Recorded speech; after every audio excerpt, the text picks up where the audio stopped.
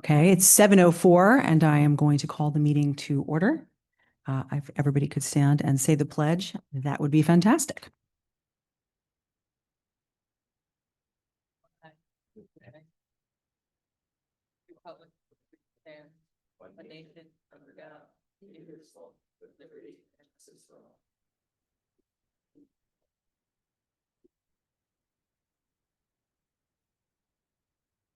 Thank you. We are now going to move on to the consent agenda. Do I have a motion? Well, you can't, Kathleen? Motion to approve the consent agenda. Do we have a second? Okay. Jen, thank you. All in favor? Okay, perfect. That's 6-0. What? And we are now going to move on to the public hearing portion of our meeting. And I would just like to just say welcome back to everybody. Hope the start of school has gone well for everyone and their students. Speaking of students, the first individuals up are our GHS student government leaders. Come on up, guys.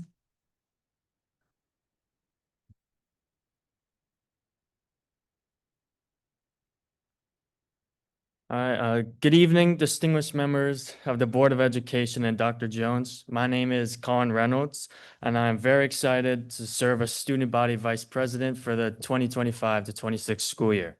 This school year, I want to take a different approach, and I want this year to be powerful and filled with various events. As someone who wasn't too involved in student government in the past, I hope to bring a new perspective and challenge our thinking. For instance, the homecoming committee is discussing changing up homecoming and the dance.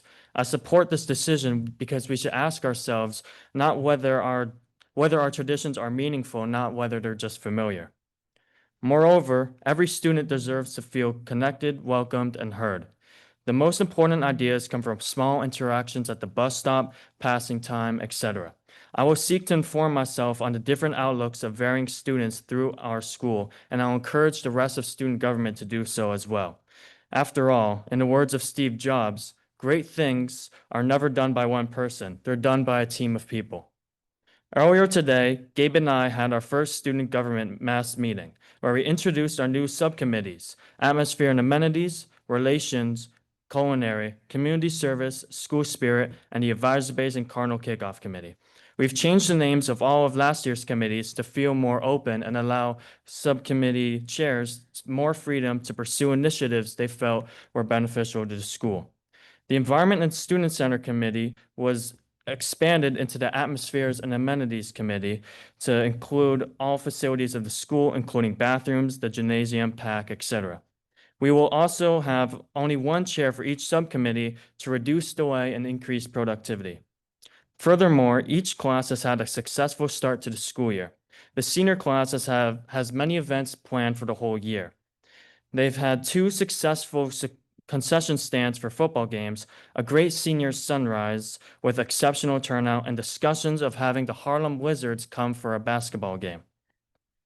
The junior class have begun work on several long-term projects, including a possible Battle of the Bands and the junior class cookbook. And they've discussed having a pie fundraiser and pumpkin carving contest upcoming. The sophomore class has planned bake sales and is working ambitiously in organizing a school-wide house games competition. We're off to a great start this year and will soon have the subcommittees and freshmen elected. Thank you for your time. I'm excited to work with you this year to make this year more meaningful and impactful for our students.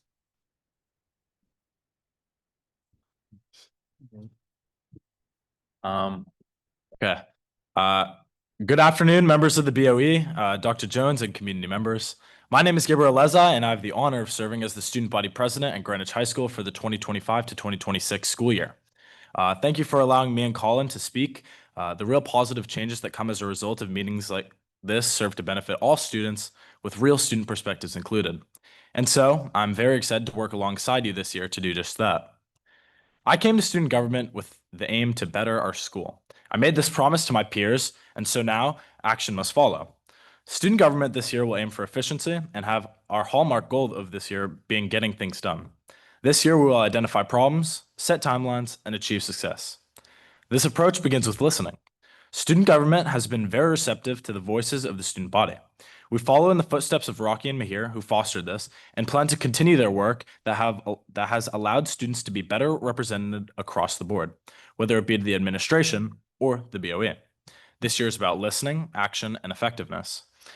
This extends to the core of student government, where our interpersonal relationships determine much of what we can do.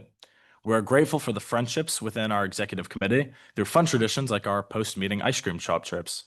We build personal connections as well, and efficiency. As such, I'm happy to share some initial feedback from XCOM on policy number 6141.11. As honors classes are weighted greater due to their heightened workload, it makes sense to continue this to the AP as their course workload is greater. As per the homework guide set forth by GHS, AP courses have an expectation of 33% greater homework workloads per day compared to honors. Alongside the classes themselves being more rigorous, this goes unrepresented when it comes to calculating GPA. This policy would honor the work given, but also incentivize higher AP participation rates. However, in consideration of this, it is hard not to acknowledge the already competitive and stressful atmosphere at the high school. So while weighing the classes may be more generally positive, we are hopeful that the board and GHS administration can help mitigate the adverse effects. With this in mind, we hope that voting on this issue at tonight's meeting can be postponed until it is investigated further. I would like to thank Dr. Jones for bringing this idea to the table, as personally I am very in favor of it. My team and I plan to work hard so that our results are measurable and substantive. On behalf of GHS, of the GHS student body, thank you for your time, and I look forward to any and all future collaboration. Thank you. Thanks, guys. Always good to see you, and we look forward to great things working with you guys this year.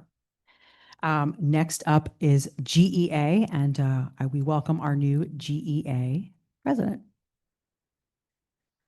Thank you so much. Good evening, members of the Board of Education, Dr. Jones, and members of the community. And yes, I'm Margaret Jackins, and I am very proud to be the new president of the Greenwich Education Association. It's now about 4.5 weeks since teachers returned to school. Classrooms have been decorated, children have been welcomed, class norms have been established, and we've hit the ground running with our eyes on a fabulous school year. Dr. Jones, we appreciate the consideration you have shown hearing our concerns about proposed changes to the 2026-27 school calendar. We also appreciate you surveying elementary school teachers regarding the potential shift in conferences. We hope our members provided some valuable input.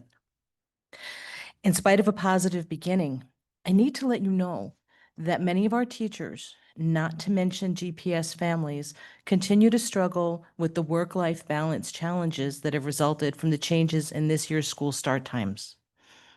Different start times mean different end times, which can make getting to other district and life obligations difficult. Our teachers have heard parents grumble about the difficulty of getting to work on time because their child's school now has a later start time. As we look forward to next year, we encourage you to strive early on for a more consistent start times across the district. But speaking of work-life balance, I ask you to consider, when did work-life balance become work-work balance? Balancing the work we do at school with the school work we do at home.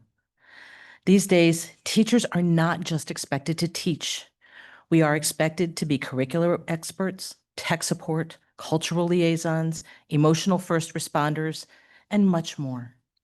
But first and foremost, we are human beings, and there are only 24 hours in a day. Nevertheless, the expectations keep increasing. Prep periods are sacrificed to fill in for substitute teachers who can't be found. Students don't get all the attention they need because class sizes increase, or there are not enough paraprofessionals to go around for those students in need. Teacher burnout is on the rise, and it should come as no surprise that there is a national teacher shortage as a result. You may be tired of hearing that morale is a problem, but it is. It's a big one. Teachers want to love their jobs. You can help by prioritizing teacher voice and involvement. Include teachers in decision-making, especially when it comes to policies, that concern their workload, curriculum, and classrooms. Honor their input. Don't just pay them lip service. When a Board of Education truly values and uplifts its teachers, it lays the foundation for thriving schools, inspired students, and a stronger future for the entire community. I look forward to working with all of you. Thank you. And much like our new student government leaders, we welcome you and look forward to having the opportunity to work with you going forward. Support of our educators and beyond. Next up, it's a year of all sorts of new individuals. We'd like to welcome President of PTA Council, Ms. Lisa Sylvester. Hello, everybody. Good evening, Dr. Jones, Chair Hirsch, and Board of Education members. My name is Lisa Sylvester, and I'm the PTA Council President this year. All 4 of my children attended Greenwich Public Schools, as did my parents and grandparents. My grandmother worked at Eastern Middle School as a teacher's aide and eventual secretary back in the 60s, 70s, and 80s, as did one of my aunts who worked at Eastern in the school cafeteria. The pride I have for the Greenwich Public Schools in this town is immense.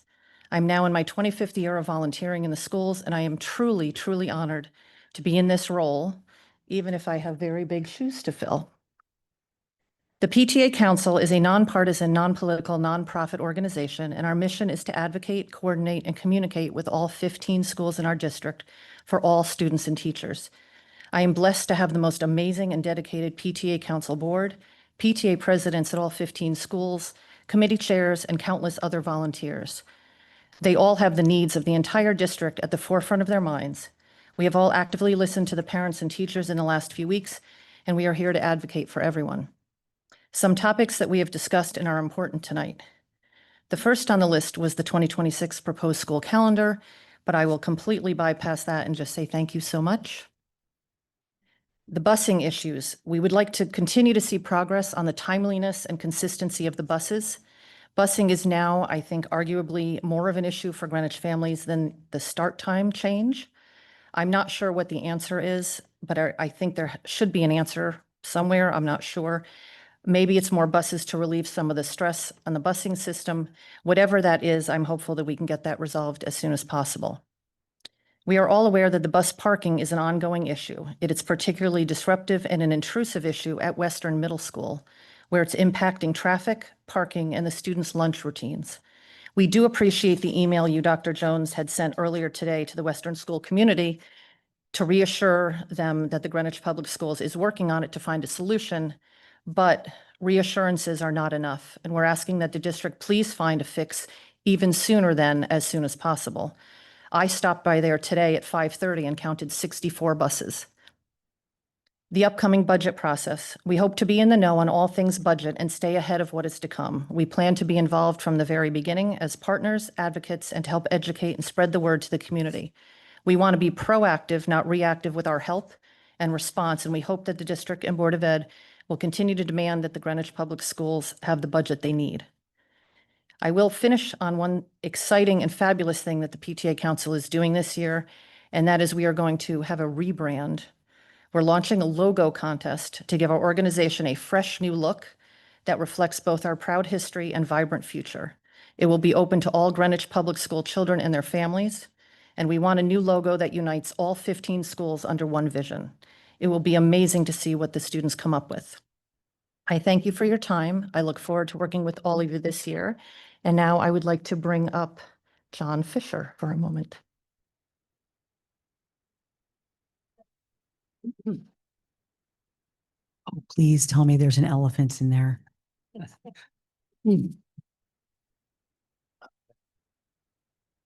There is an elephant in there.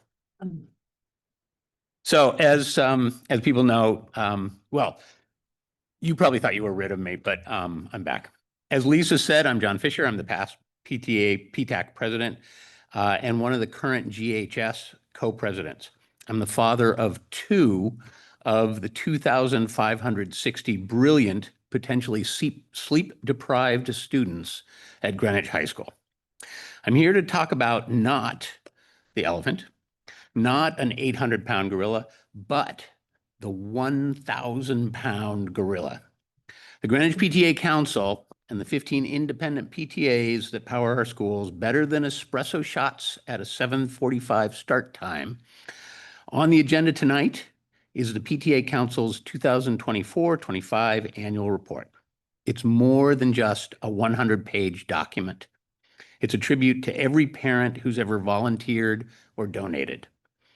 It's a cornucopia of information about the endless contributions made by more than 3,600 PTA families. In the annual report, you'll see that the PTAs truly are the 1,000-pound gorilla in town. Over 1,000 activities and events for students, families, and teachers.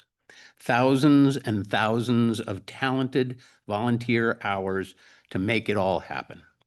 And over $1,255,000, that's over $1.25 million, in financial support. We hope everyone will enjoy reading the PTAC annual report. It's informative, it's inspiring, and perhaps surprisingly, interesting. Thanks for allowing me to speak, and thank you for your service to our town. Thank you, Lisa and John. I know we're going to be moving on to community comments, but before we do, I was going to say, I will suggest that people, even though it's not on the agenda to discuss tonight, there's two year-end reports, one from PTAC and one from the Alliance. And I highly recommend that people go take a look at those, even though we're not discussing them this evening. We rely so much on our partner organizations and parents in this community who, as John pointed out, donate thousands and thousands and thousands of hours, which are priceless, to give back to our students, along with funds and other things. We couldn't do it without any of you and without the Alliance. So please take a look at all the incredible things that these organizations do to help support our students and our community. And with that, I'd like to move on to community comments, and I will hand it over to our secretary. The first name we have this evening is, oh, they're coming up together. Oh, okay. Are Sadvi Ramanan and Zara Dada. You will have 3 minutes each.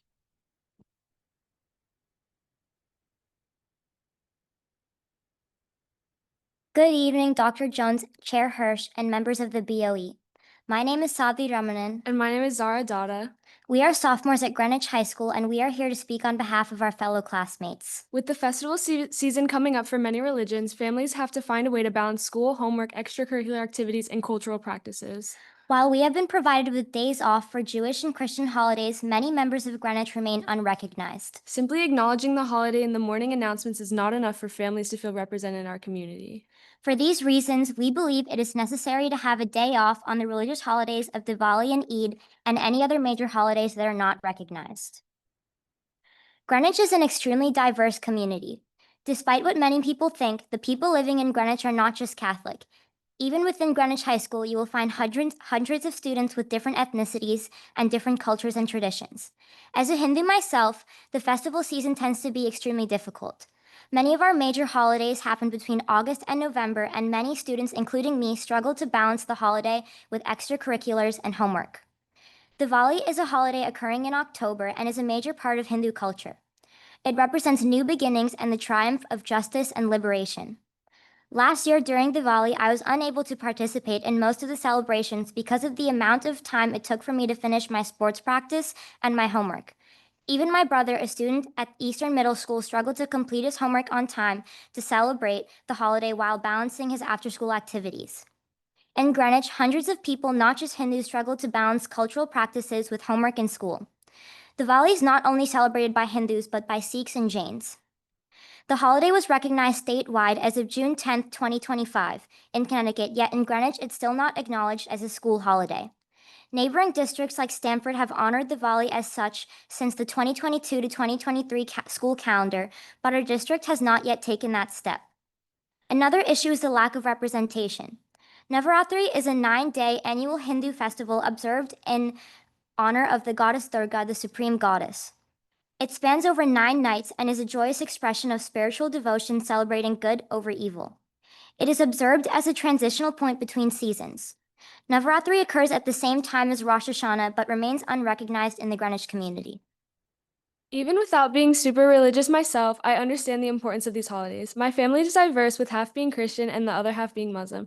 My dad is Muslim, and we know several other families whose festivals are an important aspect of their lives. Specifically, Eid, one of the biggest Muslim holidays, has been overlooked by the Greenwich community. It represents the end of the month-long fast of Ramadan. It is necessary to represent those with different religious beliefs from the majority of Greenwich. As a Christian, I get a day off for all the holidays that I celebrate. I assume this is true for many of the people in Greenwich, but we do not make up the entire population. Other holidays are being overlooked because people have decided this issue does not impact them. Greenwich cannot pride itself on its diversity if our schools refuse to recognize and appreciate the religions outside of Christianity and Judaism. If granting us a day off is too much of a hassle, which it shouldn't be, the district should at least prevent teachers from giving homework, including optional work, in order for students to participate in their cultural celebrations. Most schools around the country have these religious holidays off. It's more common for schools in New York to recognize Diwali as a school holiday because of a law signed in November 2023. I personally know many students living in New York City, and schools like the High School of American Studies at Lehman College are not in session on this day. In fact, they even got both days off for Rosh Hashanah, and this is the case for most other schools. Although New York is more diverse than Greenwich, that doesn't mean that we shouldn't also have these days off to allow families to celebrate together. The main concern seems to be that it could extend the school year. Rescheduling your family vacation a week later is a small price to pay for these students to feel seen and relaxed during these important holidays. Additionally, adding these days doesn't make a significant difference in the long run. For example, at my friend's school in New York, classes started a week later than ours, but their school year ended only 2 days after than ours, and students were given time off for these holidays.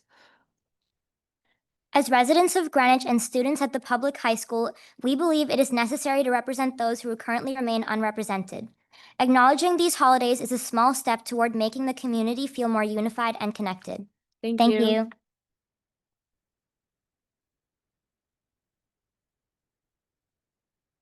Our next speaker is Ambika Jha. I don't know if, Hi. Oh. Good evening, members of the board. Just checking, can everyone hear me?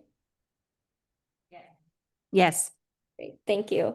My name is Ambika Jha, and I'm a senior at Greenwich High School, as well as the president of the South Asian Heritage Club.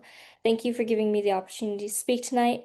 I'm here on behalf of many students from the South Asian and Asian communities at GHS to request greater visibility and recognition of our cultural and religious holidays in the school calendar, as well as offering a possible day off. As the girls before me suggested, it is incredibly important to us in our livelihood that our holidays are respected and accepted within our communities that we truly cherish. And currently, we don't have much of that. In our schools, these cultural traditions aren't taught. In our district as a whole, we have festivals and events for these types of events, but there isn't much appreciation outside of the Asian community to celebrate this. I propose that Diwali, Holi, and Lunar New Year be clearly marked on our official school calendar to show this appreciation for our South Asian and East Asian community. This small gesture would build awareness, foster inclusion, and help teachers and students plan around these important occasions, making students feel more seen and make it easier for us to fully participate in both our education and our traditions. I hope the board will consider this action to help every student feel that their culture matters in Greenwich. Thank you. Thank you. Our next speaker is Vanya Kapoor.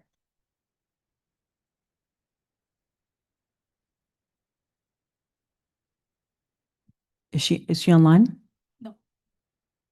No. Maybe if she comes back, we can, Okay. No. So next speaker, if she comes back, we'll add her. okay. Manish Singh is our next speaker. You'll have 3 Yeah, that's more than enough for me.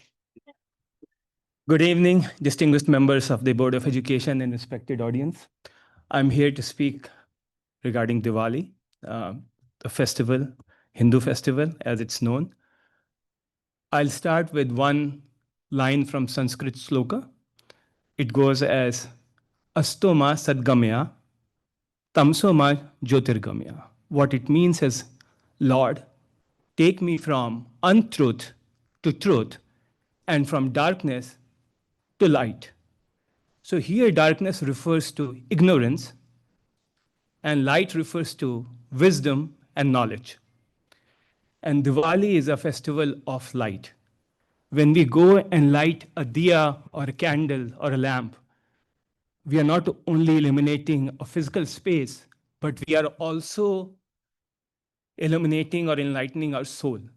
We are recognizing that we are moving from ignorance to knowledge, to wisdom. And what's the best way of attaining knowledge and wisdom? There's no better way than education. So I request that there should be a one day in a school calendar where the kids celebrate education. They celebrate knowledge. We can do that by lighting a diya. We can ask students to go back and reflect, introspect that how education is helping them alleviate ignorance and attain wisdom. Right now, it's primarily celebrated by Hindus and in India, but the significance of this festival transcends geography, race, and religion.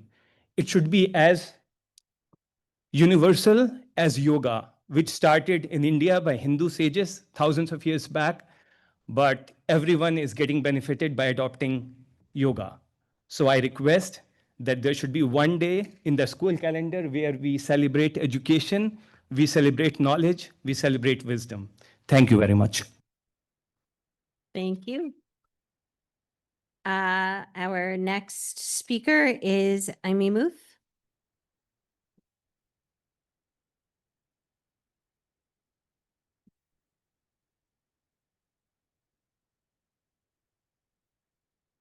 Good evening, Dr. Jones, Chair Hirsch, and members of the board. Thank you for the opportunity to speak tonight and for listening to my daughter and her friend Savi. I am here not to debate vacation changes, but to address something far more important, the inclusivity of our school calendar. As you heard, on June 10th of this year, Governor Lamont signed a law officially recognizing Diwali. It goes into effect on October 1st, and several Connecticut districts, including West Hartford, Avon, and South Windsor, have already committed to closing schools in observance.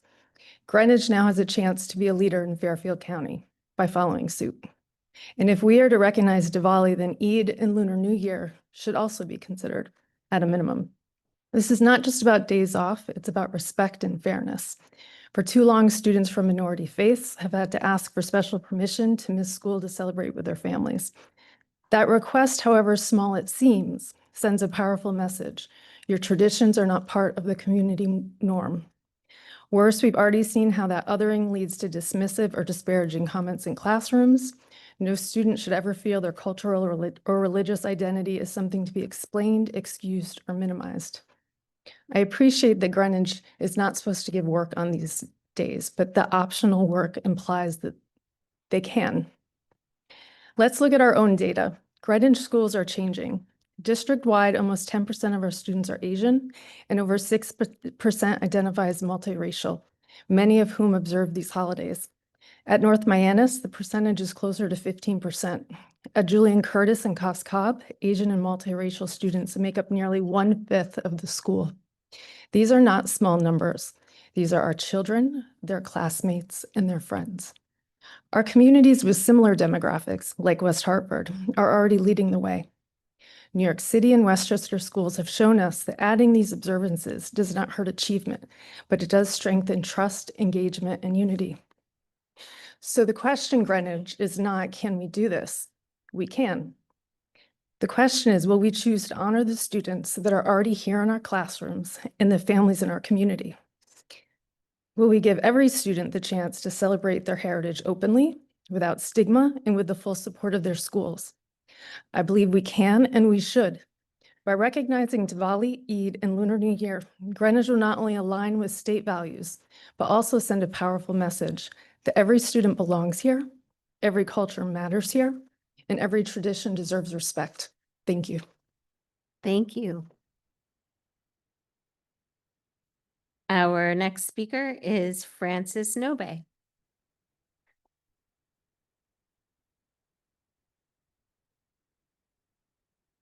Good evening. My name is Frances Wunobe, and I am speaking tonight in my role as PTAC Facilities Committee Chair. The PTAC Facilities Committee brings together facilities representatives from each of the neighborhood school PTAs. I'm honored to carry on the great work previously led by Janet McMahon. Tonight, I'd like to highlight 3 topics. First, we voice strong support for the FY27 capital update and appreciate the $160 million in capital that the town has invested the last 3 fiscal years. If you set aside the $30 million placeholder for the GHS pool, the proposed capital spending is modest. The majority goes to the building projects at CMS, JC, and OGS. We're happy to see Western Field Lighting and GHS HVAC included. We look forward to adding NSS and Parkway vestibule security reconfiguration. We support the continued funding for maintenance line items, which are critical for student safety and basic functionality. Speaking of safety and basic functionality, we respectfully ask the district to consider 5 pressing additions to this year's budget.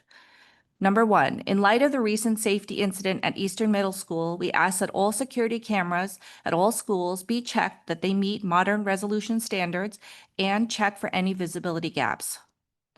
Number 2, as mentioned by my counterparts, the bus situation continues to be a disruptive struggle.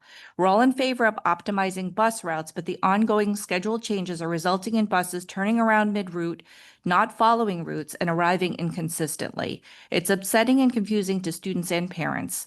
What funding is needed to restore busing to the prior level of service? Number 3, at Hamilton Avenue, the pickup line and entrance are obstructed by temporary HVAC equipment and an old shed.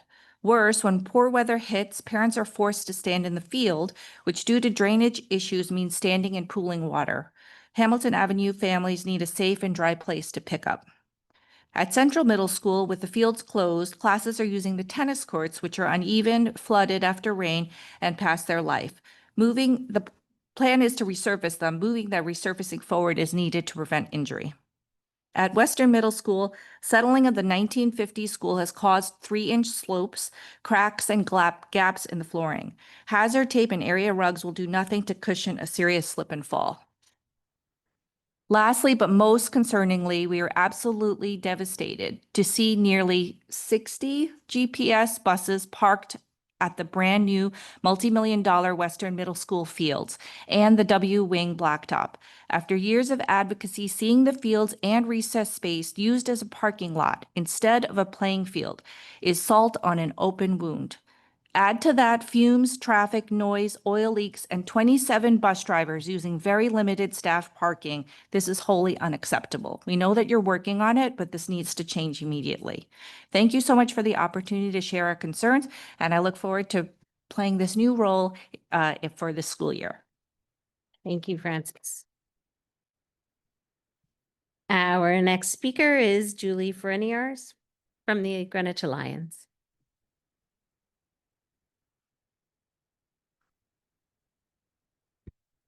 Thank you. I've learned some interesting new things from our speakers tonight, so it's been great. Good evening, Chairwoman Hirsch, Dr. Jones, members of the Board of Education, PTAs, GEA, and community. My name is Julie Freniars, and this is my 16th year as the Executive Director of the Greenwich Alliance for Education. The Alliance is our town's only public education foundation, and our programming and funding supports Greenwich Public School students, teachers, and alumni. Congratulations, PTA Council and each PTA, for all that you make possible every year in our schools. And it is nice for me to have John and Lisa on the Greenwich Alliance board. Tonight, you have the Alliance's annual written report. Mentioned is the adoption of a 3-year strategic plan to help guide our future growth and community impact. We list a new mission statement, but actually it is not a new mission. It just better articulates the work we have been doing since 2006. Our mission statement is now to advance student success by funding innovative programs that promote educational excellence and equitable opportunities for Greenwich Public School students.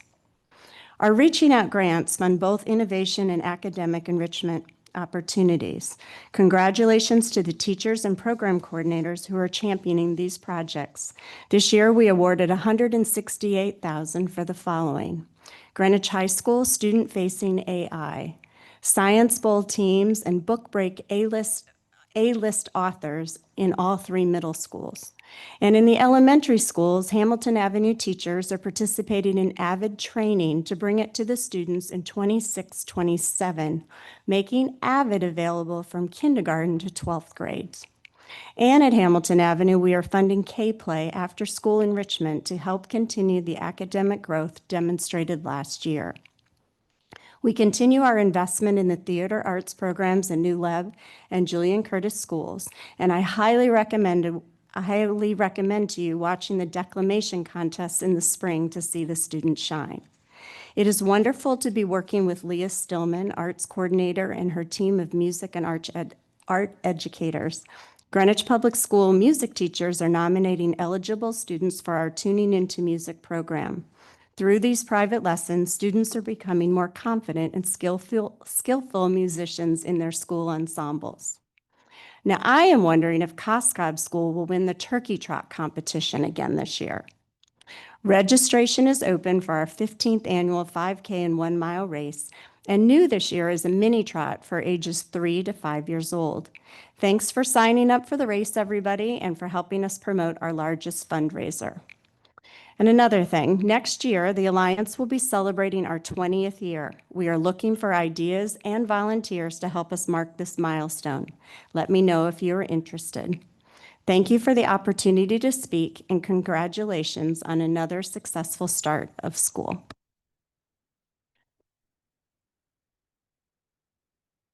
Our next speaker is Vincent DeMarco.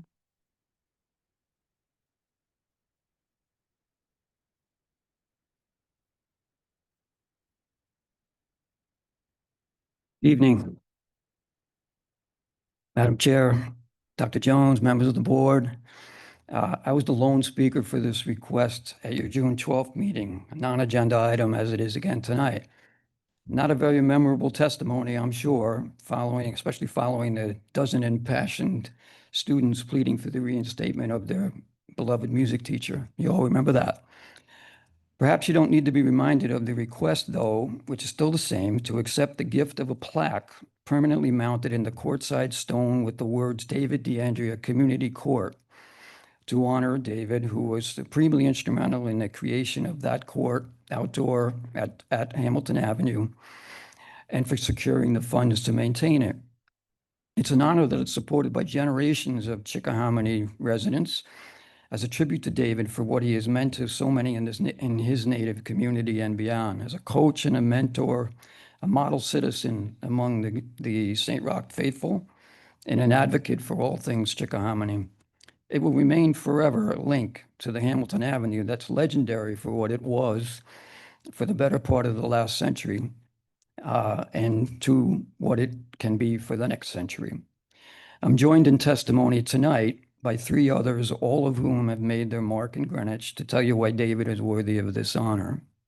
And if I can request that Scott France speak next, would that be okay? Thanks so much. He is on the list. Next. Is he online or here? Can't see over the. I don't see him here, so we'll see if he's online.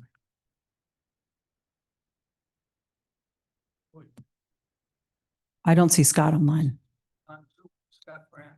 Yeah, I don't see him. You don't see him? No, unless he's, Scott, if you're on, can you raise your hand? Or I don't know if you're dialed in with a phone. Oh, okay. I see him now. Okay. Can we elevate him to speak? Thanks, Scott. Mike. Can you hear me now? We can hear you. Thanks. Okay. Thank you, Madam Chair, and all members of the board for letting me chime in tonight very briefly. I've already submitted some written testimony to you, but we all know that Dave DeAndrea has been a terrific basketball coach over the years. He's coached literally hundreds of kids, and not just how to be great basketball players, but to be great team players and to be great people in their lives. And I know a lot of people have signed the letter or petition to bring about this initiative to name the court after him or name it in his honor. And I'm behind that 110%. He's known for having assembled some of the great basketball teams in this area and has a remarkable track record. And while that's important, he's also just a wonderful guy that's done wonderful things around town. He was instrumental in building that outdoor basketball court at Hamilton Avenue School, and he was instrumental in raising some money to maintain it. He's willing to do that going forward, which I think is terrific, especially given the budgetary constraints that we all face today. That's very, very important. But most of all, Dave's one of these great guys around town who has done so much for this town, both on a voluntary basis and also as a town employee, having to do with the Griff, the golf course, and a bunch of other great assets that the town has. So I'm totally in favor of naming this basketball court in honor of Dave D'Andrea for his service and for his devotion to this town.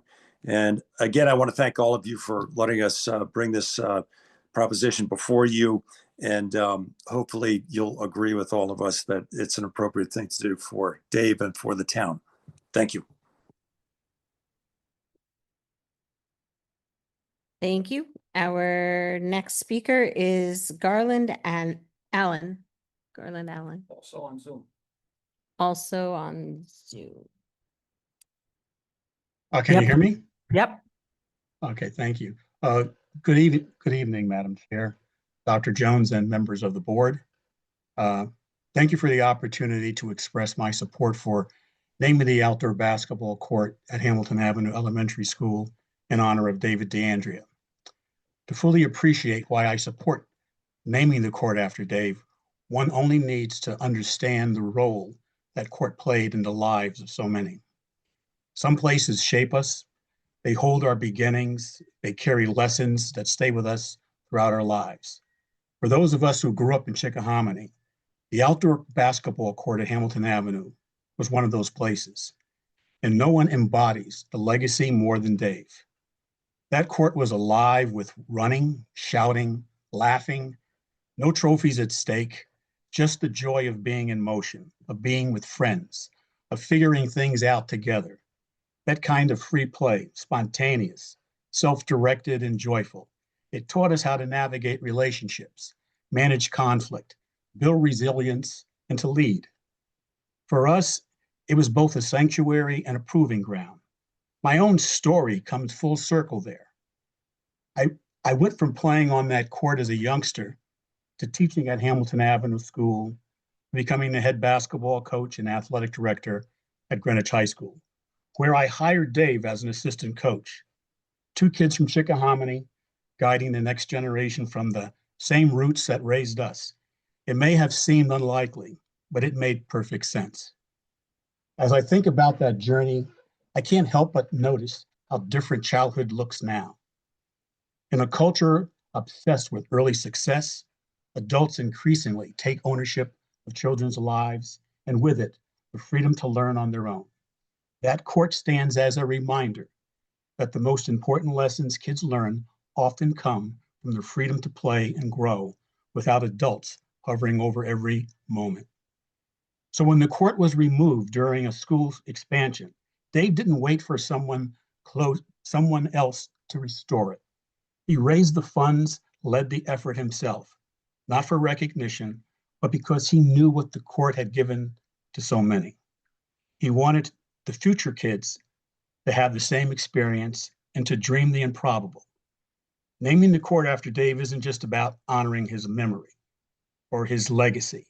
It's about sending a message that pride, loyalty, leadership matter, and that true success comes from remembering where you came from and lifting others as you rise.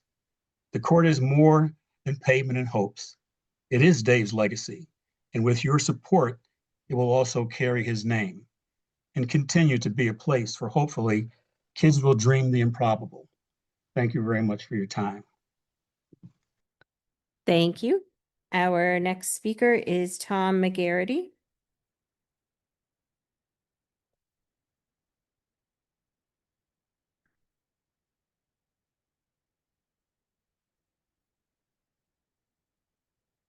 Distinguished members of the Board of Education, Good evening. My name is Tom McGarity.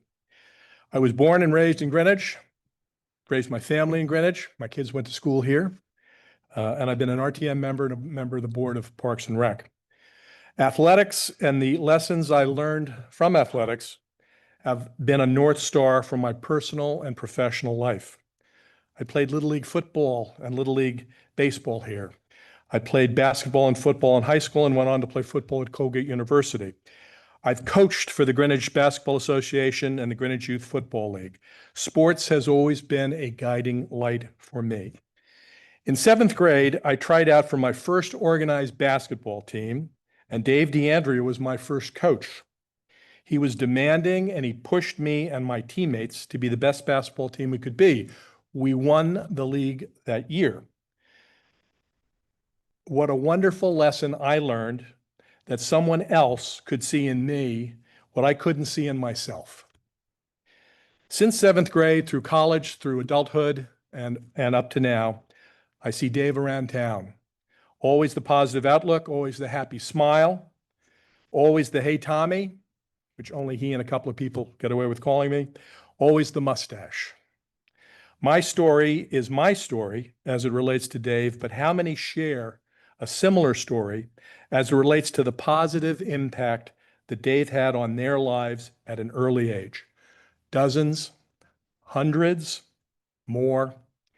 Dave taught, AKA coached, young people a sport, basketball, which, like most sports, is a metaphor for life. Work hard, get along with others, help your teammates, strive to meet goals. Dave taught me and a lot of other young people who grew up in Greenwich those lessons. I still think of Greenwich as a small town. My definition of a small town is a place where you get to know people. To be more succinct, Greenwich, for all its natural beauty, is a town of people. You hope to live in a place where the people you come across help you in your journey. Dave is one of those people. He helped countless young people with their journey.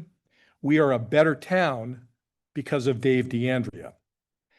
As fate would have it, as I was listening to my transistor radio, which my kids kid me about listening to a radio, twice in the last 24 hours, I heard a radio commercial for Dick's Sporting Goods stores that said, "Sports has the ability to change lives." That was my bingo moment in terms of trying to put some thoughts together. That sums up what Dave DeAndrea has done in Greenwich. I can't think of a better way to honor Dave than to name the Hamilton Avenue basketball court after him. I hope you decide to honor Dave in this way. I thank you for your time this evening, and thank you for your service to Greenwich. Thank you. Our next speaker is Grace Natal. She is online and you're elevated. Go ahead. Good evening. My name is Grace Natali. I'm co-president of the WMS PTA and co-chair of the PTAC Scholarship Committee.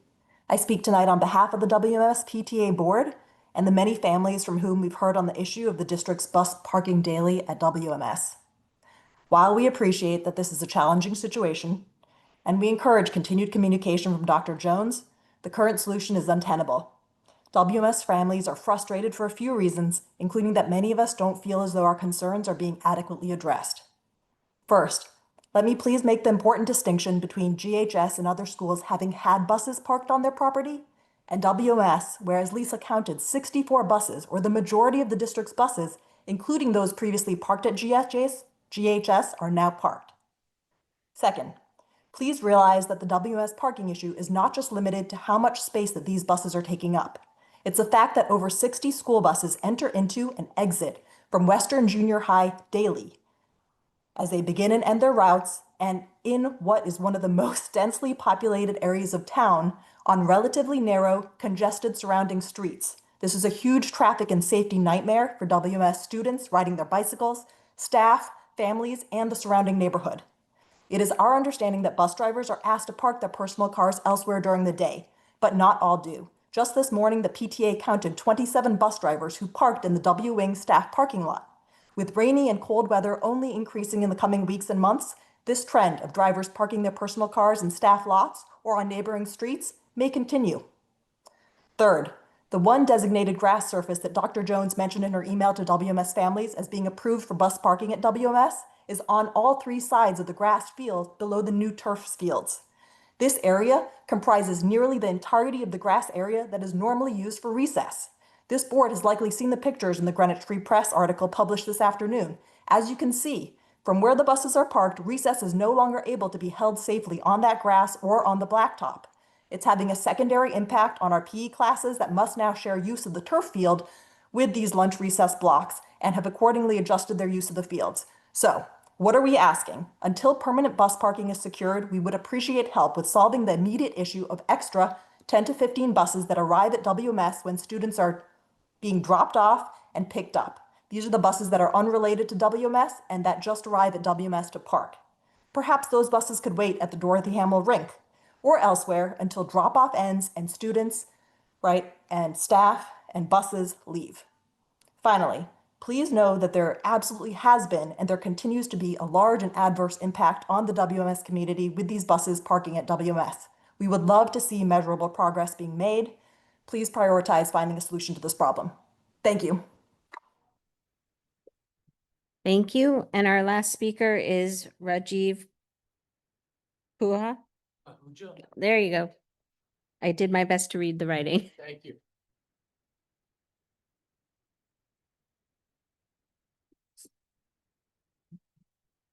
So I'm Rajiv Pahuja. I actually am the gentleman who elevated Diwali to be a state of Connecticut holiday. And I basically, my advocacy, I'm an Indian American advocate, and I'm also an activist. So I played a big role in diversity, inclusion, equity, and cultural representation. My advocacy played a significant role in Public Act 25-95, becoming a prominent voice for Hindu American inclusion in United States public policy. The proposal, which led to SB 1519, the law that made Diwali a state of Connecticut holiday, a recognition holiday, was written by me. And the Diwali bill was passed unanimously in the Connecticut legislature, known as the Act designating various days, weeks, and months. So it was actually passed 147-0 by the House, the Senate 36-0, by the GAE committee, the General Assembly Election Committee. It was run by Matt Blumenthal, Senator Blumenthal, was 19-0. So we were able to do this very successfully in me doing this. So the law that designates the 15th day of Kartik in the Hindu lunar calendar is the observance of the Diwali. And I'm calling for appropriate religious accommodations in the school system. And so I think making Diwali a school holiday in Greenwich, and as everyone said tonight, I heard all the comments tonight, it actually will ensure that future generations of Indian Americans will be seen and valued in Connecticut.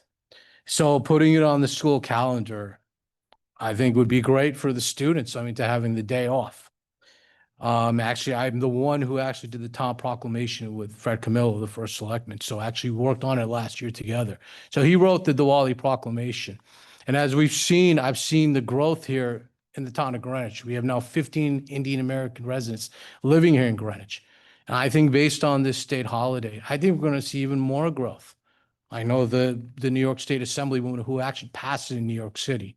I know her personally, and I actually talked to her, and I have the flyer right here in my hand, learning about Diwali and the New York City Department of Education. It's right in my hand, right here. So I'm respectfully requesting if the Greenwich students in the Greenwich public school system get this day off. Thank you.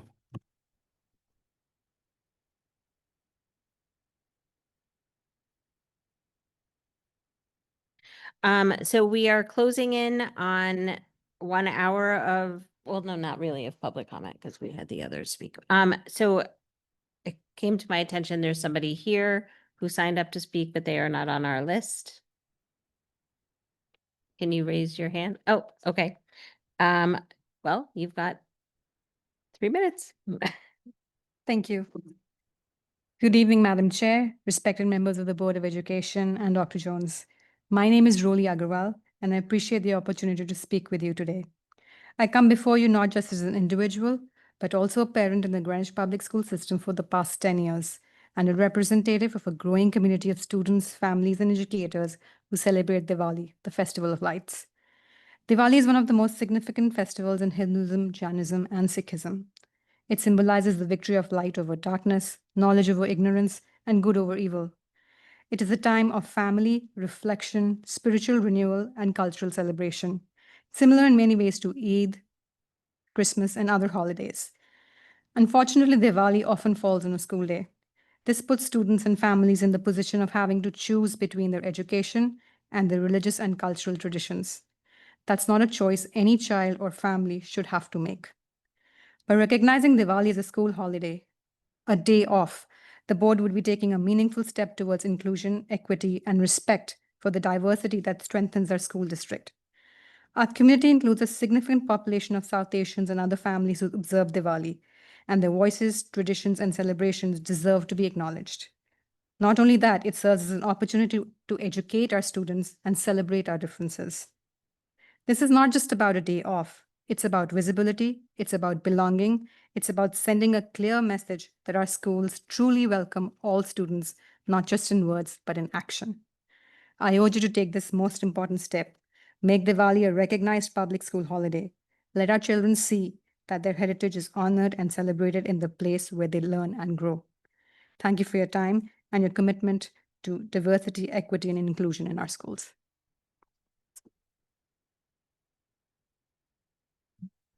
Thank you. I think that is our last individual who had signed up to speak. So we will be moving on to our monthly reports, and we will start with our superintendent. Thank you. It's nice to be back for our first business meeting of the year. Feels like it's been a while since we've been at Central. We've had a great start to the year out in our schools, just lots of energy. Wonderful parent nights have taken place all across the district. Just a couple of things I want to mention. We do have homecoming on October the 11th, which is a big event, obviously, at GHS and for the town in general.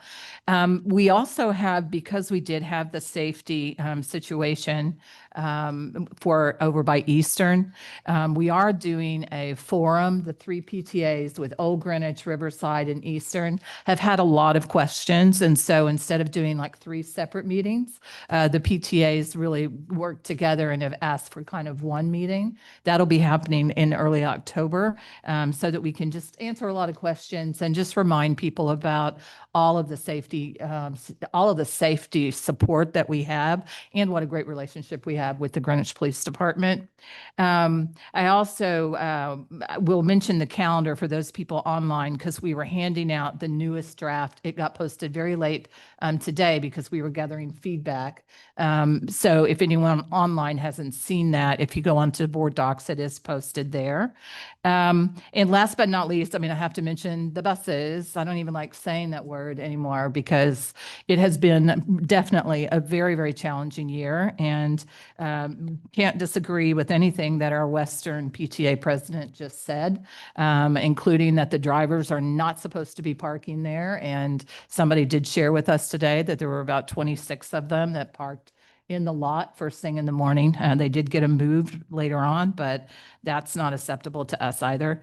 I will say from a route standpoint, the vast majority of buses are running the way they're supposed to. Now, we still have a handful that we're working on. Either it's a timing issue because of the tiered system and it's totally new routes. Some of them, it could be a driver issue where they're driving a new route and they keep missing stops. Again, all of the routes, because of the start time and the tiering, had to be redone. And some of these drivers have driven with us for years and they've driven the same route. Yeah, so it's been a big challenge for a lot of our drivers, but we continue to work on it. And I know it's getting better by the volume of email. And we also have an online form, and we're getting about 5 submissions compared to 100, or, the first couple days it was a lot. So definitely it's getting better. And as far as when we will be able to move to a lot, we all wish it was yesterday. We have a real estate professional helping us locate a lot. We have some that they're looking at right now. I'm hoping it happens sooner than later, but I cannot give you a definitive time. Well, I had two questions. One is, I was aware or made aware, I believe that there are some other lots in town, like town-owned lots that might have space if we are able to divide up those 60 buses to place them there around town in the short term, at the very least, only in the fact that, again, it is exceptionally disruptive to the students at school, especially if they can't use the outside. They finally got their field back only to lose their space for recess, amongst other things, sort of a big issue there. Yeah, and Mr. Branyan, I know you're on too. Generally, when people are making a recommendation to look at a lot in town, that one's already been checked off the box because they have been so thorough. It's hard to find space for the number of the buses and just especially the larger size buses. But Ben could give you a better list than I could just at all the different. Somebody was asking about Holly Hill yesterday. Yes, we looked at Holly Hill. We've looked at everything. So we're going to continue to work on it. Again, there are some leads for some lots with the real estate individual that's, helping us. But again, until it actually eventuates, I don't want to say that. And then my follow-up on that is a second. I know we've also gotten some emails in regards to overcrowding on some of the buses. And I want to make sure that we are paying very close attention to that, our students' safety and ability to access their education, getting to school on time and getting home safely as well is exceptionally important. So should we need any extra buses in order to ensure that, let us know. Certainly we'll go and ask for an interim if need be. Yeah, we always have trouble with overcrowding the first couple weeks of school. That's not unusual.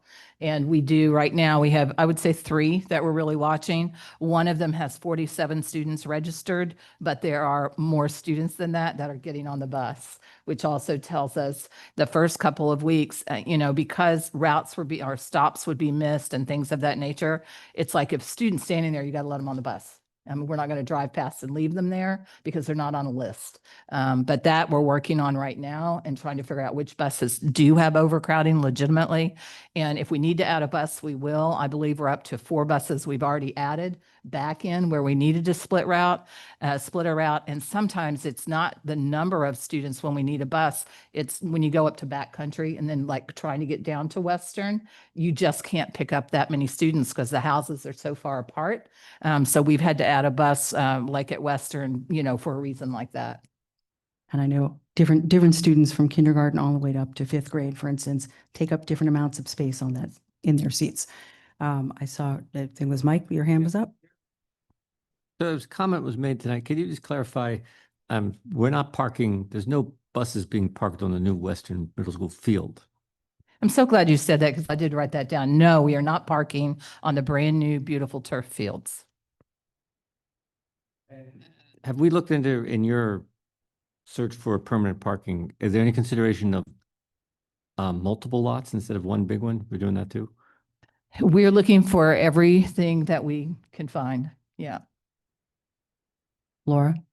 One suggestion was the Stop and Shop parking lot in Stamford. That did not generate in my head. That came from a conversation with somebody else who wanted to make the suggestion. Yeah, that one was actually, we were very hopeful in the summer about that one. And they said no. And we actually went back to them again. We've gone to the Tesla lot. That's why I say, if you send me a name, more than likely we've talked to them. And they just, especially if they think they might be able to develop the building, they don't want to commit, for the year.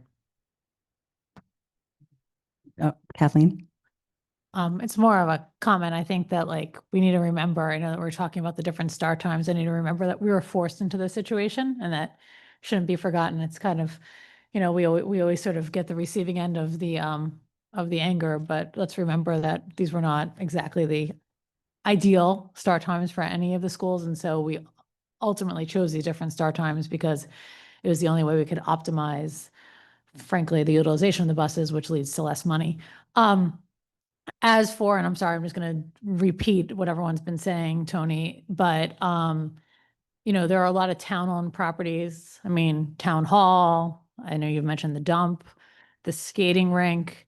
I feel like those are a lot of, I mean, the dump is, I mean, I don't know who's there during the day, right? It's more active on the weekends.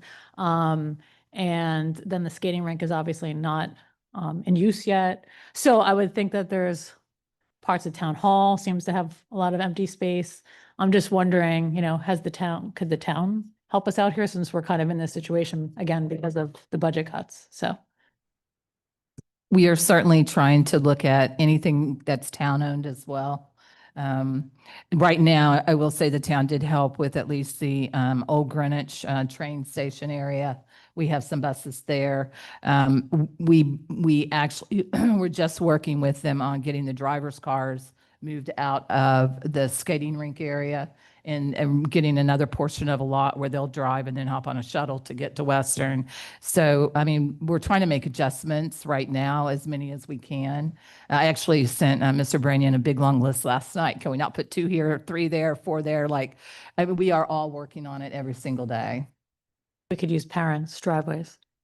And I have to say too, I mean, They generally charge for that? I feel like get a break on your taxes or something. I don't know, right? I don't know. It just somebody have acreage or, we'll put gravel down. But it has been a real challenge. And I also want to acknowledge, not that, busing is for public and private school. And this has been a challenge, not only for the public schools, it's also been a challenge for the private schools. So I just acknowledge that, having to go in this direction this year, it has impacted all the children in town.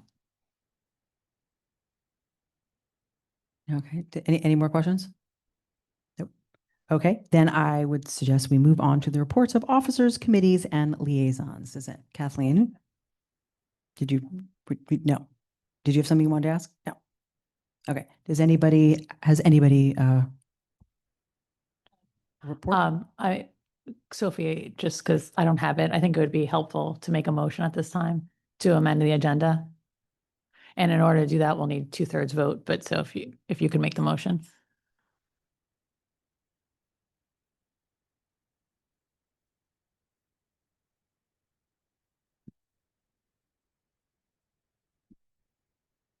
Yes, I would like to make a motion to add as a discussion item and also as an action item, the tentative agreement with the GEA for the teacher contract for the years July 1st to 2026 through June 30th, 2029. I'm happy to second that. We do need to have a 2/3 vote to amend the agenda. Can you just read back? I have motion to add as a discussion and action item, the tentative agreement with the GEA blank from July 1st, 2026 to June 30th, 2029. I mean, I'm adding it as, I have a motion to make after we discuss it. I guess I can read the full motion. Yeah, no, I just wanted to make sure I had the correct motion before we voted on it. Okay. Because as a discussion item, we can't discuss a Sorry. potential Okay, I'm contract. going to read, I'll read the full motion for the action item. The Greenwich Board of Education hereby moves as follows. To approve and it's. No. We're not adding anything right now. You want to add as a discussion and potential action item, right? The tentative agreement with the GEA, but it's for a discussion would have to be, you'd have to ask to add an executive session because we can't discuss a pending contract.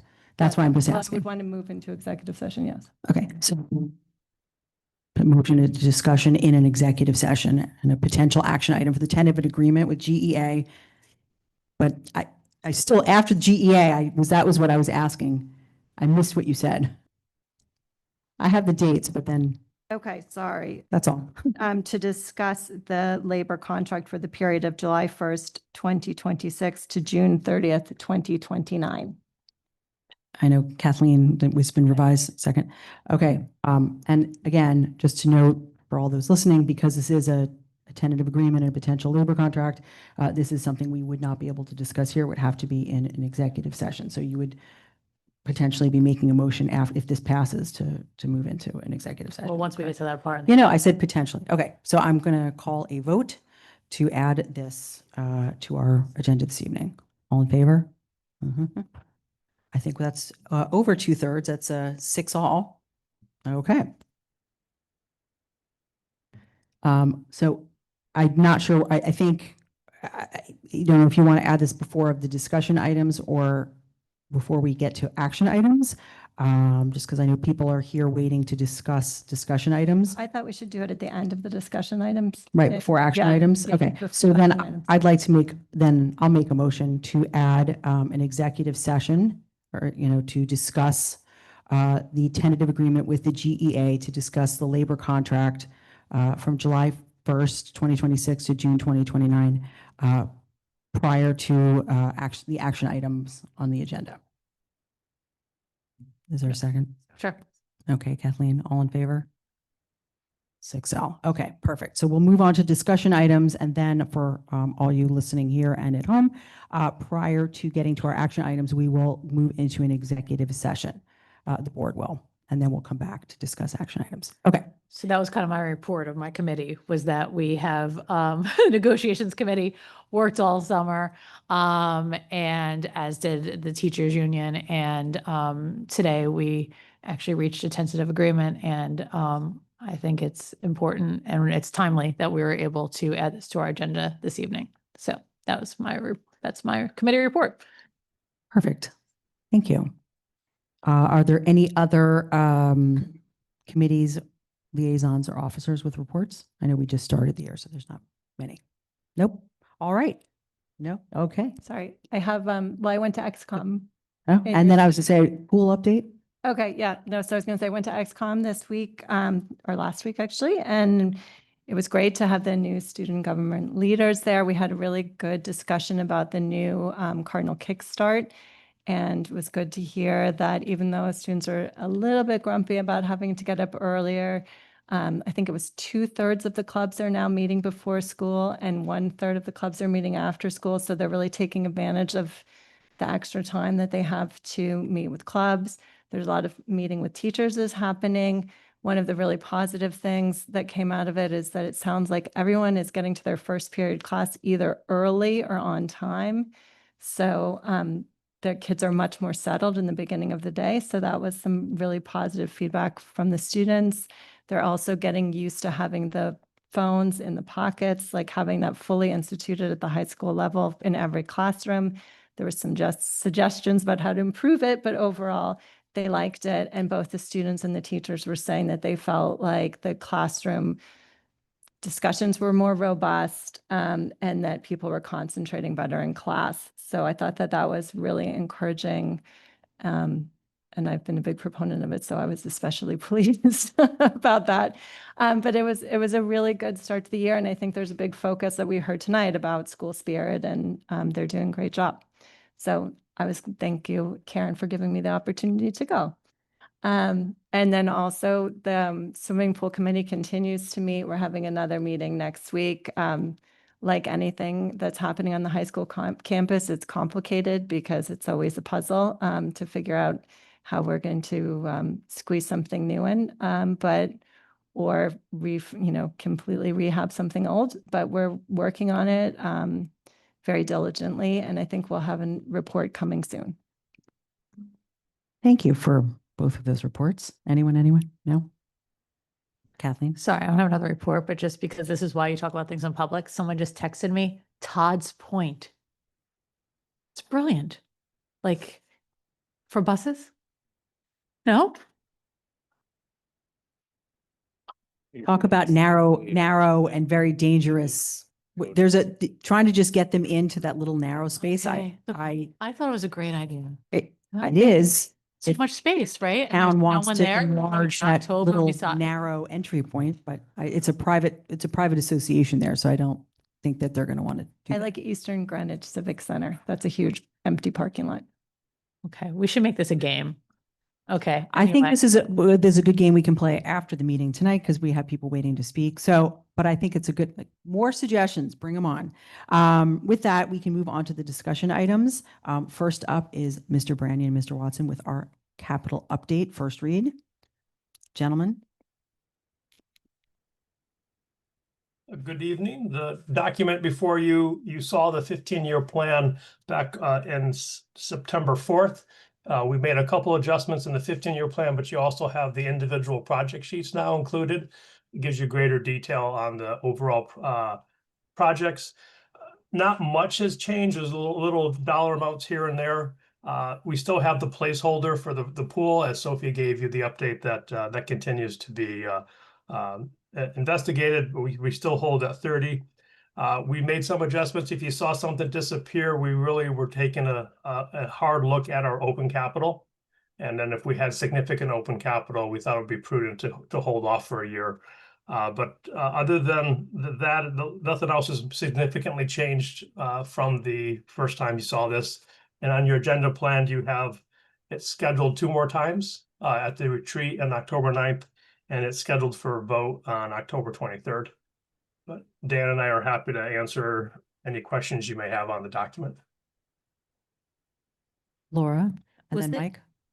Was there a change in the amount of money being requested for JC? Yeah, thank you. I should have highlighted that. We spoke at the last meeting that we were going to just have the year 1, which was going to be the year 3 or phase 3 was just going to be the mill work. We moved up the ADA work that was scheduled in a couple years out in the plan. So years 3 and 4, I think it was slated. Working with the building committee, they thought it was be prudent that we put that work while the committee's still working. It makes sense to get all that work done now rather than get the work done for the mill work and then go back into the building 2 years later. So it moved the scheduling, but not the amount of the dollars for JC. Okay, thank you. Mike? Yeah, but thanks. I appreciate all the work here. I think it's so helpful, and I don't think the community as a whole realize how much we have changed this over the years, so that you have these standard lines over time that get funded on, like roofing and plumbing and all these other things, where, you know, for years the knock on the district was that we deferred maintenance, and now we have these lines that are funded, sustained every year to support the ongoing improvement of the plant, and I think that's huge. All that said, talk to me about the life security systems. What's the thinking there, and is there a reason why, much like JC, we wouldn't want to fund that all at once, considering what sounds like the importance of that? I'll have Dan jump in on that, but before he does, we do have some a healthy amount of open capital on that, so it does take some significant planning. But the life safety is fire alarms. It's not that they're not working; it's just that we should be planning to replace them. So it's the schools are never in jeopardy of a system not working. It's simply looking at best practice. When should it be updated? And we constantly look at, can it go another year, or where does it belong in the plan? But we think where it's placed, it's prudent. But I know the name can be scary because of the name, but we still think it's appropriate where it's placed, simply because we have open capital as well. And it's not simple as just plug and play. It requires some design work. Yeah, I guess that makes sense. I guess between now and next time, because just on paper you see that it's right. We're going to spend, you know, 50,000, 200,000 next year, then 50,000, then 1.8. I think that leads to questions: is if we think in 2 years we need to put all these fire alarms into place, do we waiting 2 years prudent, or if we, you know, I just think it sounds like that might be something that if it makes sense, I think we need to flesh out on paper as to why it makes sense. Because on paper, it seems like 1.8 million that we have to do to fire alarms in 2 years sounds odd to me. We're going to wait 2 years if we think they're going to be dead in 2 years. You know what I mean? I know what you mean. Dan, do you want to add some additional color to that on the particularly Parkway? Yeah, sure. So Ben hit it right. Nail on the head is we have some systems throughout the district that are reaching they're aging out. They're still functioning well. They're functioning well. We're testing them as needed. But we're getting to the point where we realize that some of the equipment is outdated. Trying to source replacement parts is becoming more and more difficult. New technology in the fire alarm business is out there. And we'd also like to, we have several different types of fire alarm systems in the district, and we'd like to hone it down to one or two. And that's our game plan. Parkway is probably the school that needs it the most. The system is still functioning, but it does need a new panel, and we're ready for an upgrade there. So I'm just one voice, but this is not big dollar amounts. If we're looking at something where the system is aging out in the next couple of years, I'm wondering if it makes sense if we can do more of that sooner rather than later. I think that sounds like a good idea. So I wonder if that's something to think about. Well, I think the way we have it laid out, and Ben, please jump in, is that I'm going to say smaller dollar amounts are for the design. You know, I think it was $50,000 or whatever it is would be for the design, the review of the existing system, and having a professional come in and tell us exactly what we need. The $1.5 million probably equates to, I'd like to say, maybe 2 schools, but it's an entire school. There's a lot of different components to a fire alarm system.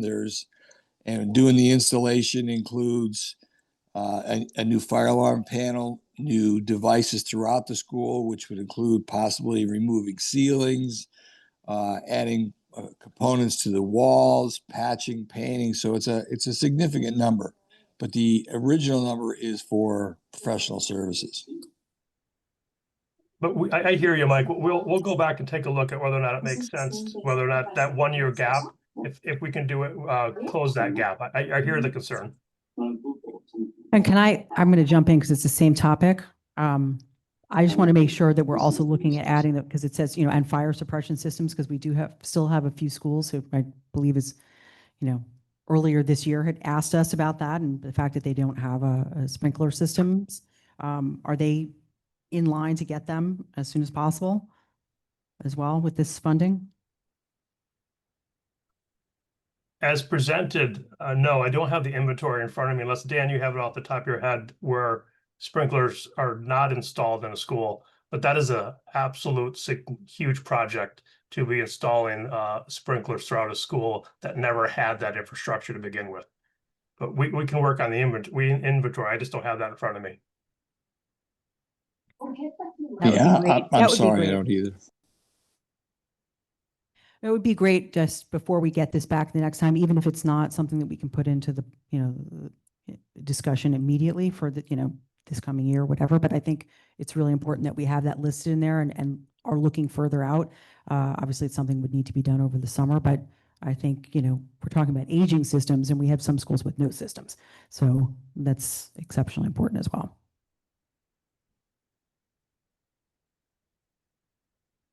Does anybody else have a question? I know Mike has a few more, but I just figured. Anyone? No, while they're looking, I'm going to go back to you, Mike. Right back to you. Can you, Ben, could you explain a little bit why, on the story behind why we need a new generator at New Lebanon? Obviously this is a new building. So do we know what happened there that we have to go back and replace that? And because the second part of the question is, whatever mistake was made there, are we sure we're not doing the same thing at CMS? There isn't one. There is no replacement. And that's why you can see the price is substantially lower than the other ones, the out year. And in all honesty, this is a casualty of value engineering when you do a building project. The first thing they'll put in the infrastructure, the pad, so the equipment can be installed. However, as a cost containment when you're building the building itself, it's one of the first things that can go because you can add that on later. But the infrastructure is there. That's why you see the 250 versus the 750 for the other ones that have no infrastructure for the conduits and the pad and the fuel and et cetera. So it's less a replacement than it's less a replacement than an actual installation. Yeah, we can look at the project name. We sort of, how do you come up with all of it? So we kind of think that was an upgrade, but I hear your point on it's replacement could be misleading on new lab. We can make that clearer. I'm to the point of if we can move things up a year. I just thought on the playground line, it seems odd. So 27, 28, we skip a year.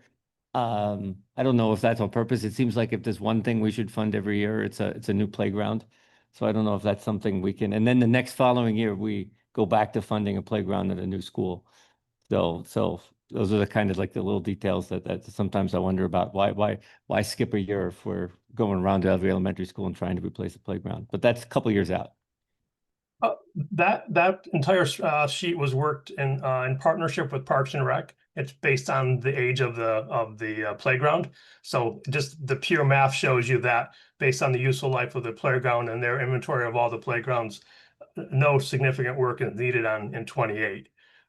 If you moved up, for example, Parkway up a year, you just would be doing it 1 year earlier than other facilities have been done. But it's a judgment call, and it's hard to argue over 1 year. But I hear your point. But we worked on based on just trying to maintain the same level of replacement schedule from useful life. Right. Yeah. I guess right. So it's a judgment call, or do we just fund one every year? If the next year it's due, why skip a year if you've got that spot in the budget? But fair enough. One more, I think I had one more.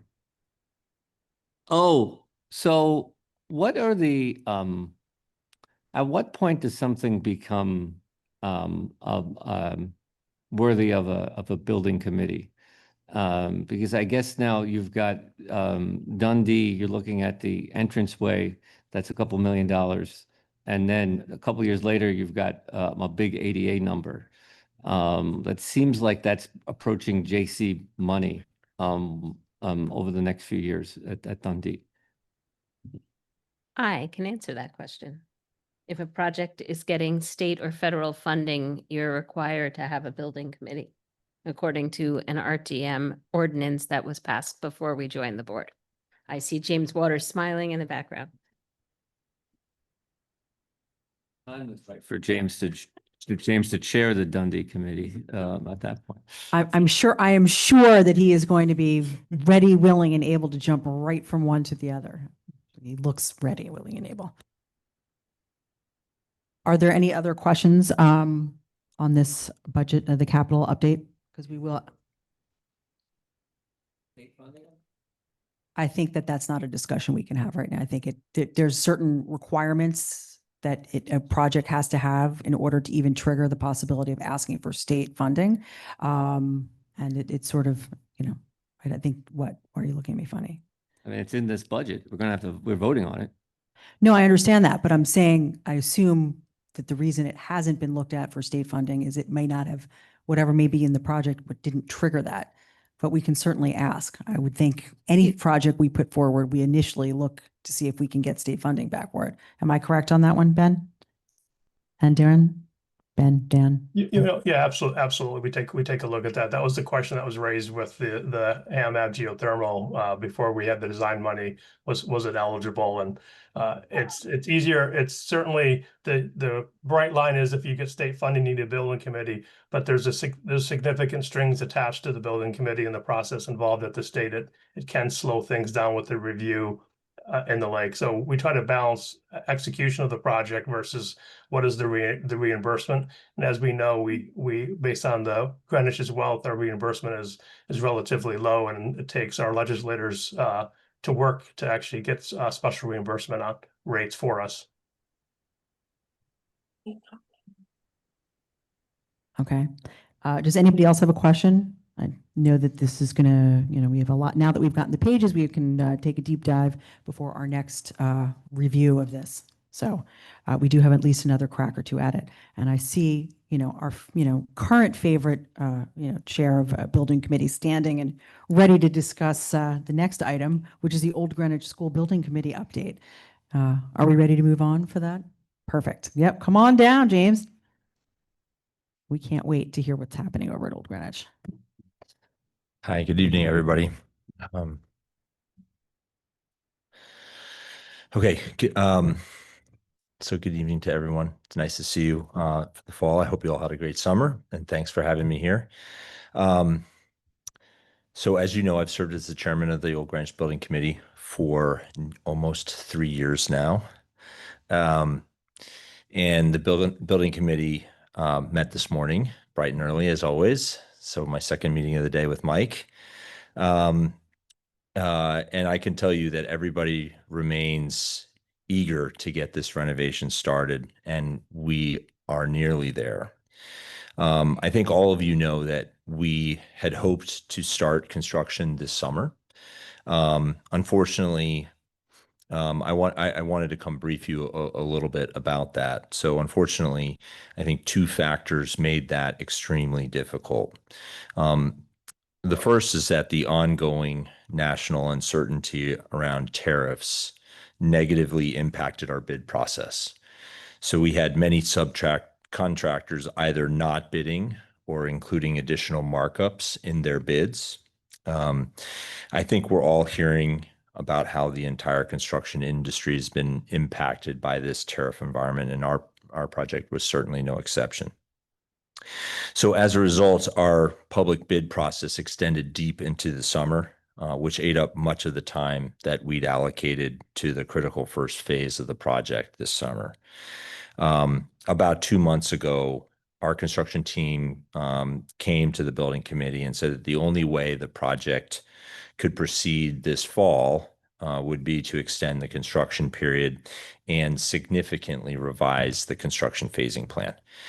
The building committee discussed this at length, and I think ultimately determined that we weren't willing to do either of those things, given our focus and commitment to you and to the community on safety and keeping the project on time and on budget.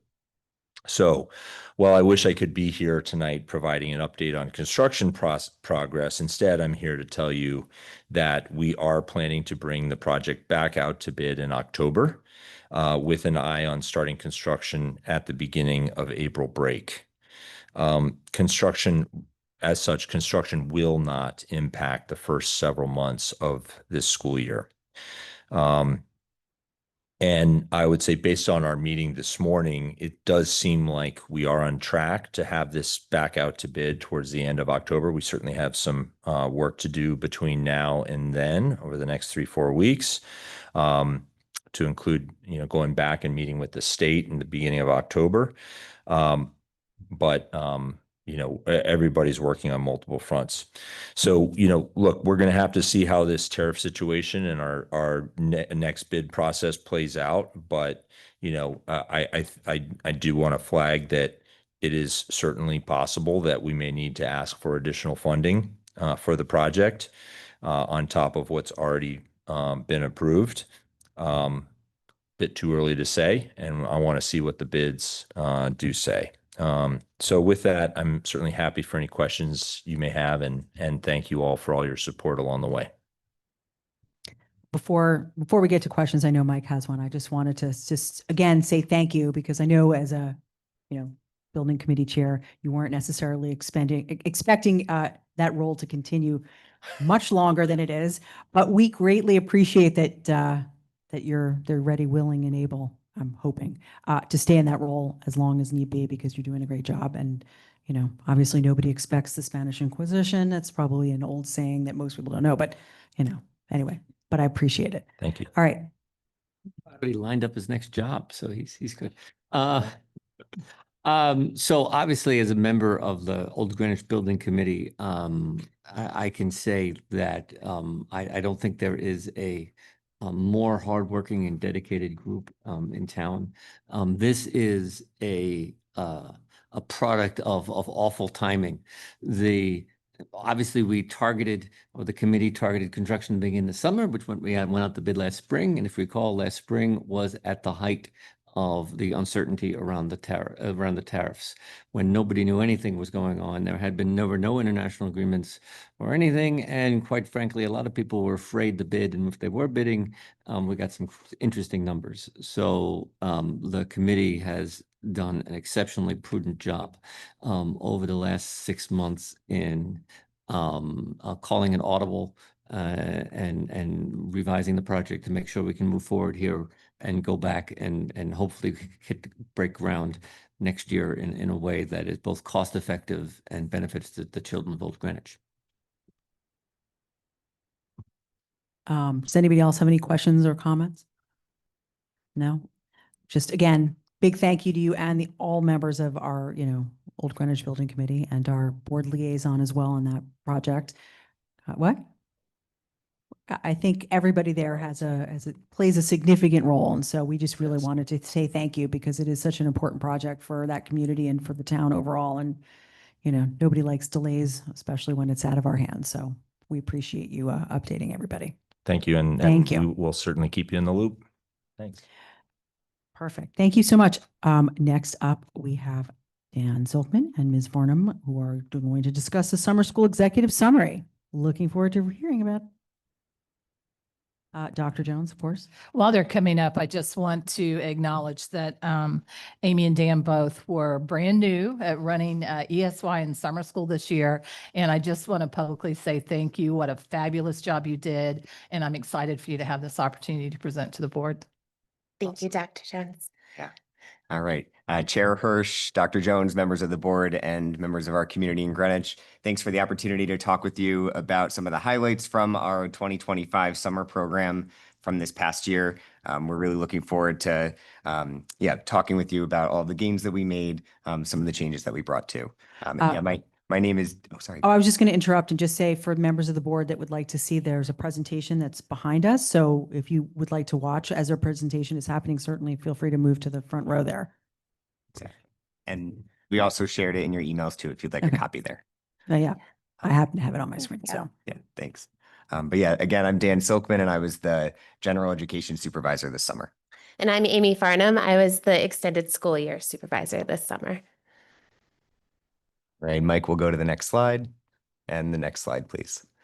Great. And so just wanted to talk a little bit about the structure of our program from this summer. There were a couple of shifts. First was that this year we had 24 instructional days. That was over 6 weeks. We met Monday through Thursday with Fridays off and got some good feedback from students, families, and teachers that they appreciated those 4-day instructional weeks with a long weekend. But in service of our overarching goal to ensure that we're trying to minimize our summer learning loss, we have these 4 summer goals on our slide that students and families were able to take advantage of this summer. The first comes through as our literacy and math goals.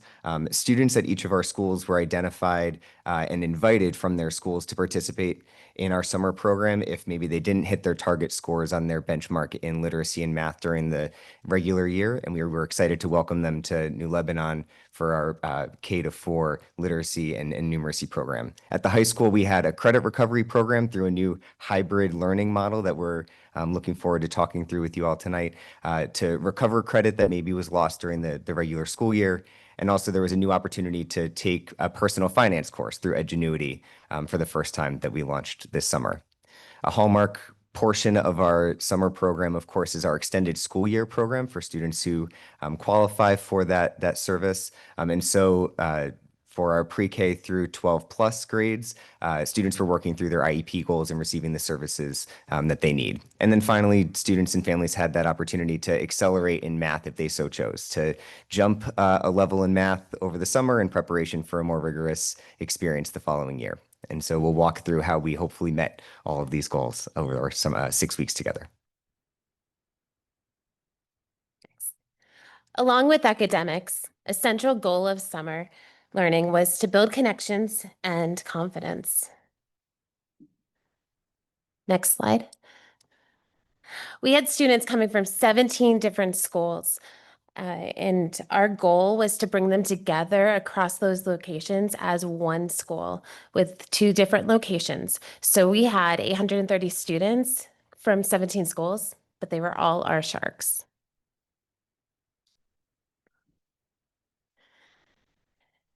As summer sharks, it was important to us to accentuate these values. They were courageous because learning and working hard requires you to be fearless and courageous.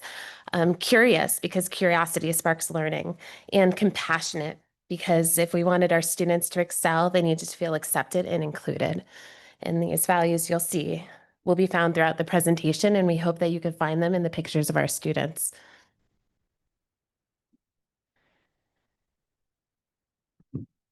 To build confidence and connections, we created themed weeks that combined engagement with academic enrichment.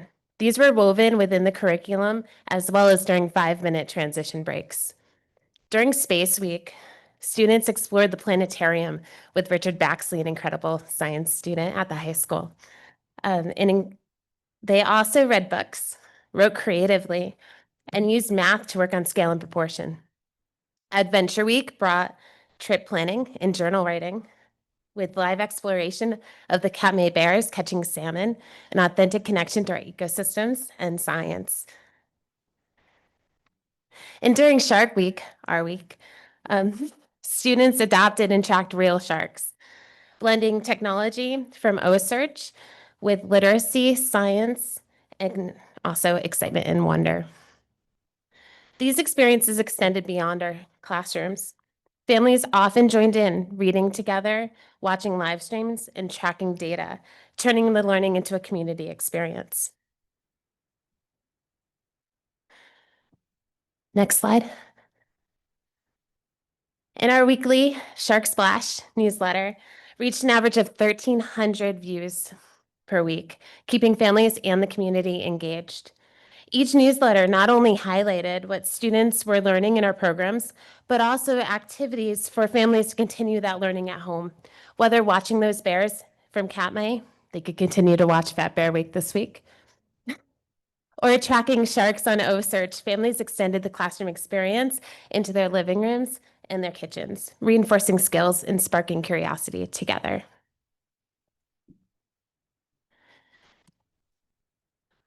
And so with this important foundation, this culture that Amy mentioned, we wanted to share some of the data that highlights all of the great things that were done in our schools with our teachers and students. And so this section will talk about our enrollment projections that were critical for us in hiring our staff for the summer. And then of course, our attendance that helped us monitor progress of our students toward their various goals. Next slide, perfect. And so we had really solid enrollment in each of our programs. At New Lebanon, for our pre-K to 4 students, we had 333 participate in person. That's ESY students and non-ESY students. At Western, for grades 5 through 12 plus, on site, we had 199 students. And then we expanded our offerings this summer with our hybrid learning program through Edgenuity, and we were really impressed with the interest and turnout of 298 students who took advantage of the various offerings, whether that be for credit recovery or personal finance for the first time. To dig a little deeper into some comparisons for our secondary general education registration, in the past, we had offered these in-person courses for credit recovery, ESL, tutoring, and literacy and math. But because of the flexibility and accessibility of our Edgenuity program and the hybrid learning model, we were able to significantly increase, as you can see from the slide, the number of students that we supported at the secondary level. 456 total students in person and virtually were part of our program over this summer. And then finally, once we had our enrollment and we were fully staffed, we were working to ensure that we had as many students in the building as possible to maintain high attendance, because we know in order to minimize that summer slide, it's best to have students with our teachers working on the skills to be reinforced. And so we had relatively consistent attendance each day. On this slide, we include on any given day the average percentage of students in attendance within our 2 buildings at New Leb and at Western.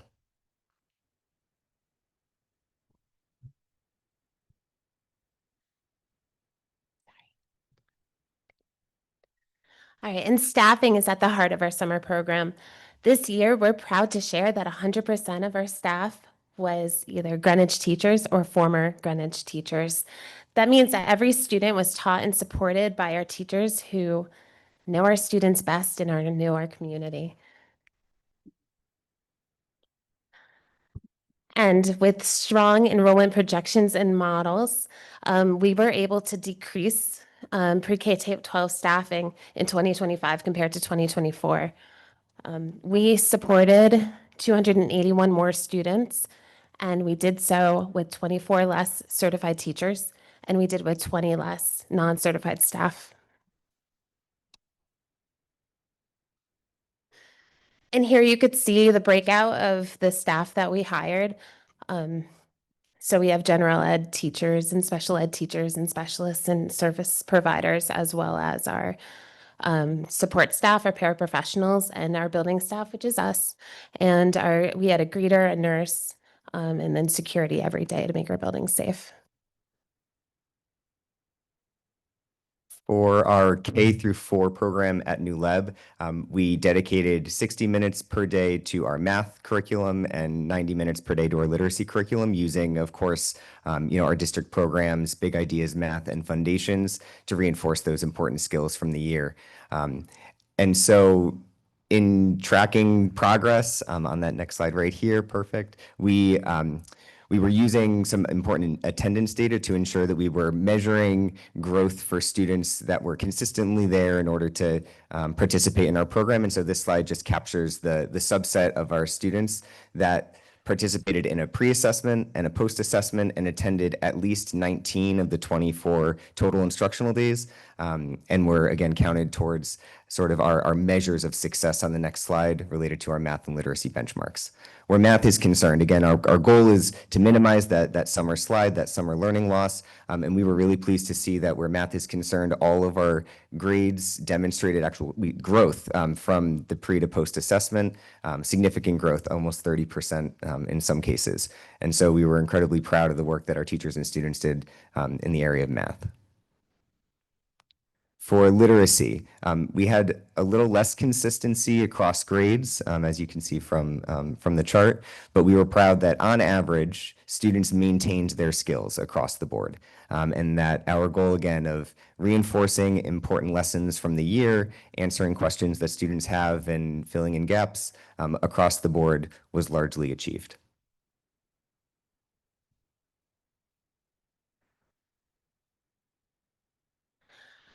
All right, and our extended school year supported 191 students, and these students all had their own personal individualized goals. Every child at ESY has a unique set of goals, and we were proud to share that many of our Sharks made exciting and meaningful progress this summer. For example, one of our youngest students walked, then ran, and even climbed for the first time this summer. In our secondary program, we have a student who was new to our district who worked with our amazing speech pathologist and was able to talk for the first time. We also saw students with behavior goals exhibit far less behaviors because of the work with their amazing special ed teachers and our behavior team. And equally important, new friendships were built, supported by our student support team, helping students feel more confident and connected.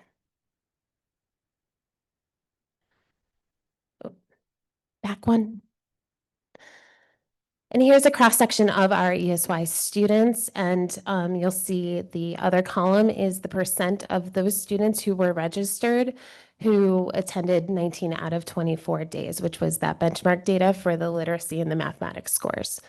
So you'll see some highlights. Our pre-K, 76% of attendance of our students. And also, if we look at that grade 4, 80% of them came 19 out of 24 days. And it's important to note, some of our kids go to pretty amazing camps for a week or two, and so they don't show here, but they were consistent otherwise.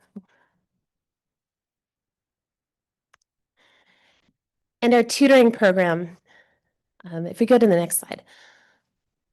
So this is an opportunity that has grown over the last few years, where students or families that just want to come for a little bit and get that extra literacy or math learning and then go on about their day, whether that's to go to summer camp or to go to the beach. They are coming, they get a choice of 40 minutes per session. They could choose to do up to 2 sessions, one in math and one in literacy. They could also choose to do that 2 days a week or 4 days a week.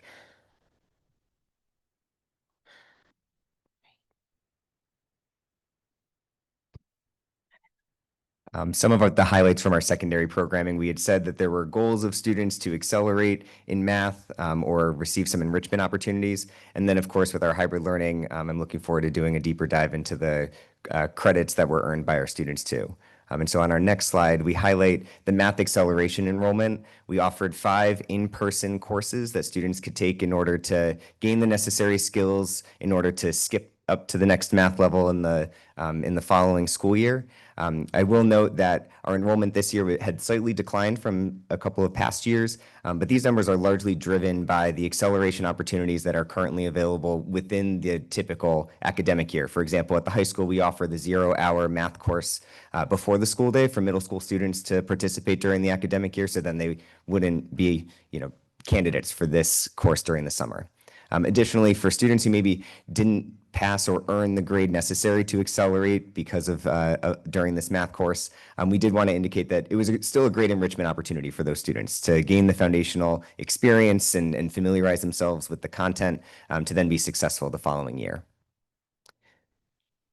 All right, and then here is a highlight of our hybrid learning program. So again, this program was run through Edgenuity, which has had great success at the high school and at Windrose, that we then brought sort of greater access to over the summer. Certified teachers were hired to oversee and manage the courses that were available for credit recovery through Edgenuity. They hosted Google Meets every morning for students to log on and ask questions about content or troubleshoot tech issues, or really just to maybe get a pep talk as they go through the content. And we were really impressed to see students recover not just one course, but maybe sign up for 2 or 3 and really make a concerted effort over the summer to get back on track so that they can hopefully graduate within 4 years. And so we had 139 credits that were recovered over the summer months, which we're really proud of. Then in addition to the credit recovery opportunities, we offered all students the chance to jumpstart their experience in personal finance. This is a new course that's required by the state of Connecticut that's been introduced at the high school, of course. And so 171 students took this course and successfully completed it for the first time. Again, not credit recovery, for the first time. And this really frees up their schedule for the coming year so that that they might be able to take an extra elective or maybe have a couple more opens. But we got some great feedback that this was an important way for kids to feel that flexibility over the summer to use their time as they saw fit. Important comparison on that last slide to add on. Last year, they recovered 32 credits total.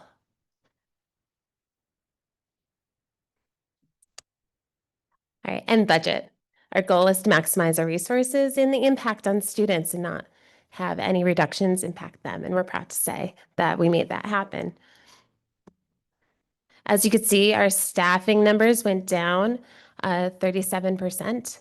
Transportation rose 53%. Supplies and printing decreased 59%. So the overall total reduction of the budget that we managed to do as a team with Dr. Jones and Dr. H is 21.5% reduction. Or next slide.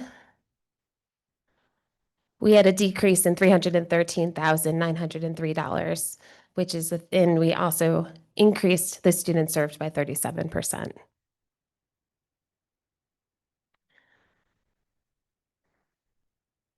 All right, in closing, we want to say thank you. And first, that we are so proud of our summer sharks and the progress that they made this summer.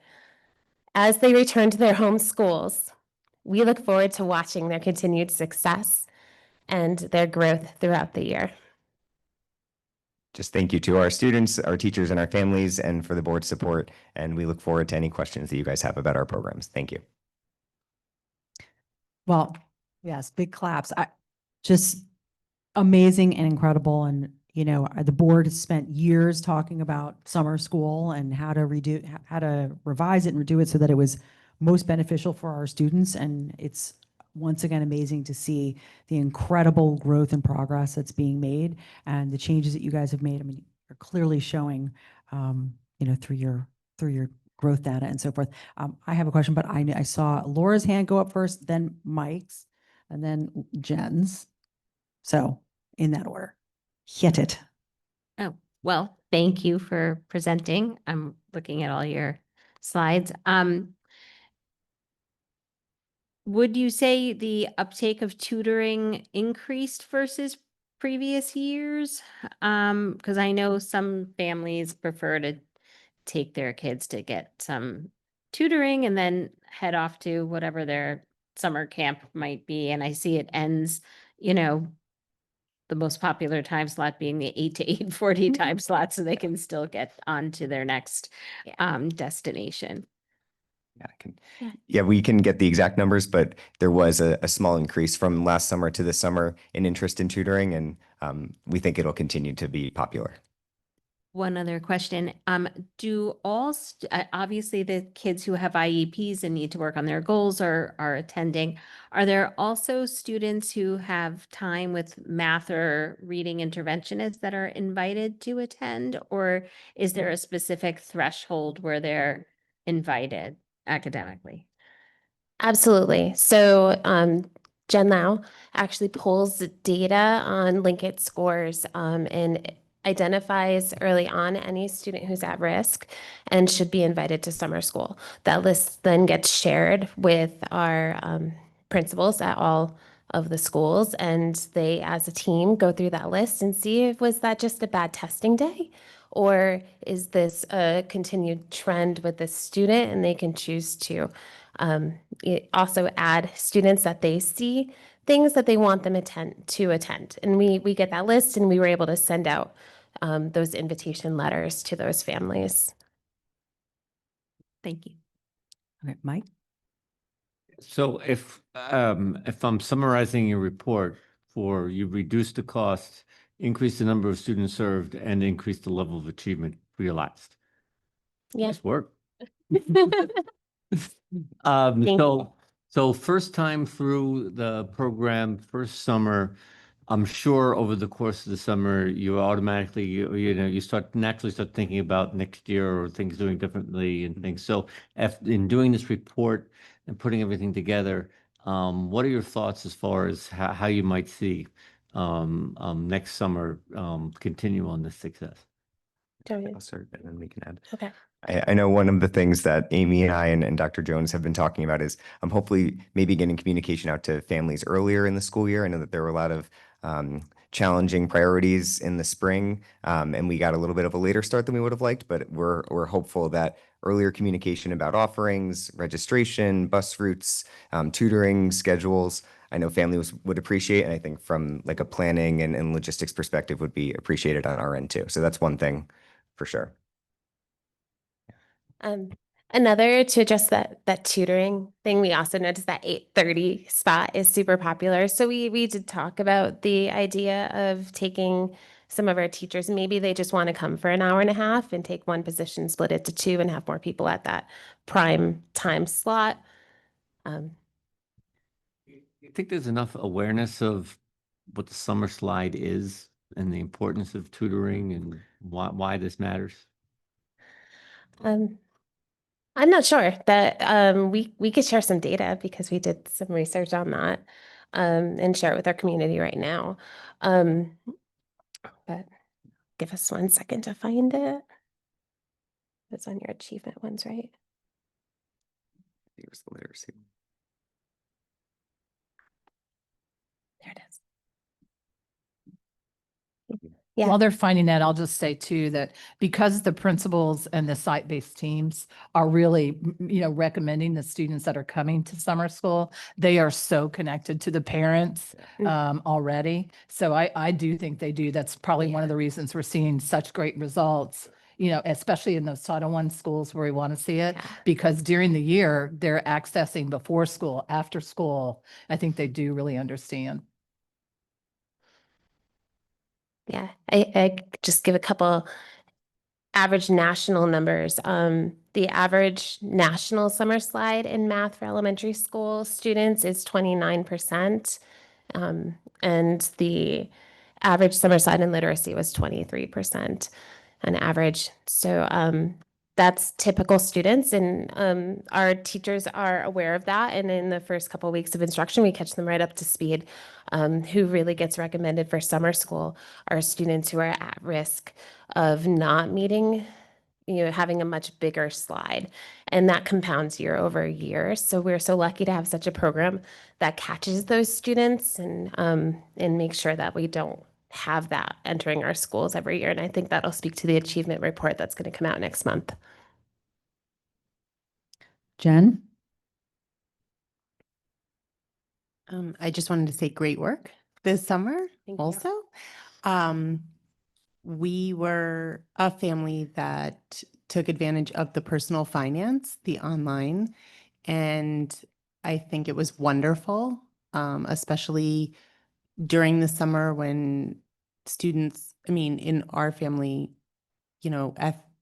my son is in crew and that takes up a lot of his time, even in the summer. And to have kind of a self-paced course where he could still be achieving and working through, I thought was wonderful. And I think it also adds another dimension for kids to be able to, self-pace their courses. Do you have plans to add an additional course, an online course next summer for, in other areas?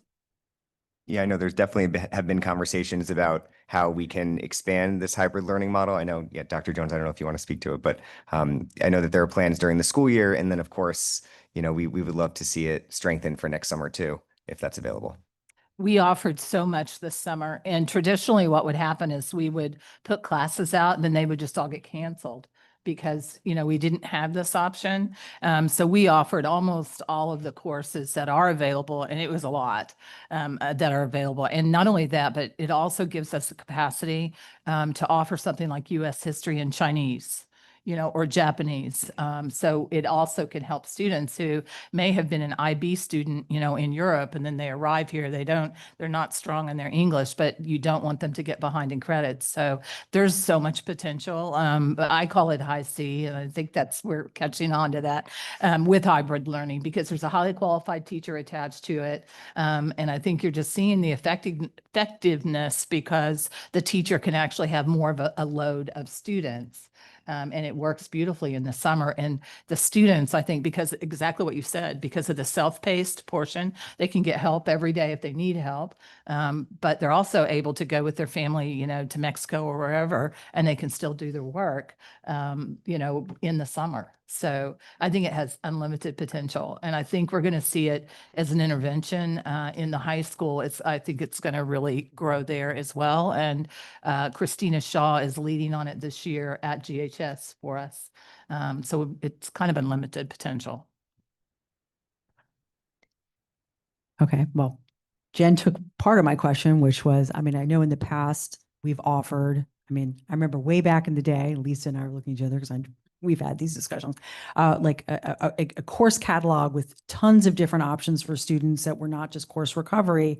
And, with what Jen was saying with, self-paced for students who have very heavy course loads in the fall, with requirements and sports and college applications, for instance, and other things. I think this is a great opportunity for some students to get ahead, or even, learn, take courses and things that we don't actually offer at the high school. And I'm really looking forward to seeing what you guys bring forward next, because this is just fantastic. I may even sign up for a course myself. The other question I had was, I know also in the past, we've sometimes over the summer offered SAT prep.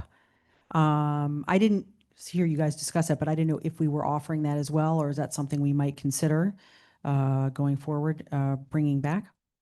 Yeah, we didn't offer it this year, but definitely if it's been done in the past and there's precedent and interest, definitely something to discuss. What? Oh, okay. Did you have a question? Sophie, no? Anyone else? Anyone? Bueller?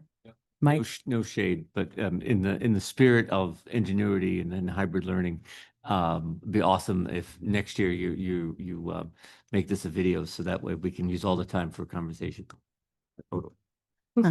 I liked hearing what they had to say. Sometimes it's nice to have that personal connection as well. But I just wanted to, again, from the board members, and I'm sure members of the community and the parents and students with the credit recovery and such growth, just thank you guys for for what you've done. This is incredible. And I know this is something we talk about, especially when we talk about our, 5-year strategic plan and other things, and something that the board and, I don't know, countless education experts and boards around the country have talked about is not just the summer slide, but also, that's an incredible way to help with the big, difference in quality of, not quality of education, but what's the word I'm looking for? You know what I'm working, but whatever. The issues that we've had over the years where there's different growth levels and different achievement levels at different schools in town. And what? Achievement gap. Thank you. This is what happens when your ADHD medication wears off by 9. So I'm open about it. I'm going to tell you the achievement gap. And I was going to say it's a huge thing that we talk about here all the time. And so I think that having parents be able to see what we can do over the summer in a few hours, that they don't have to give up their whole summer or camp, or if they, this is something that really can be used towards that. And I'm just really excited to see what's going on with that going forward. So thank you. Thank you. Thank you. Thanks. Back to money. Fun stuff. So we have the monthly financial report. Ben and here, I see Mr. Lai here. Come on up.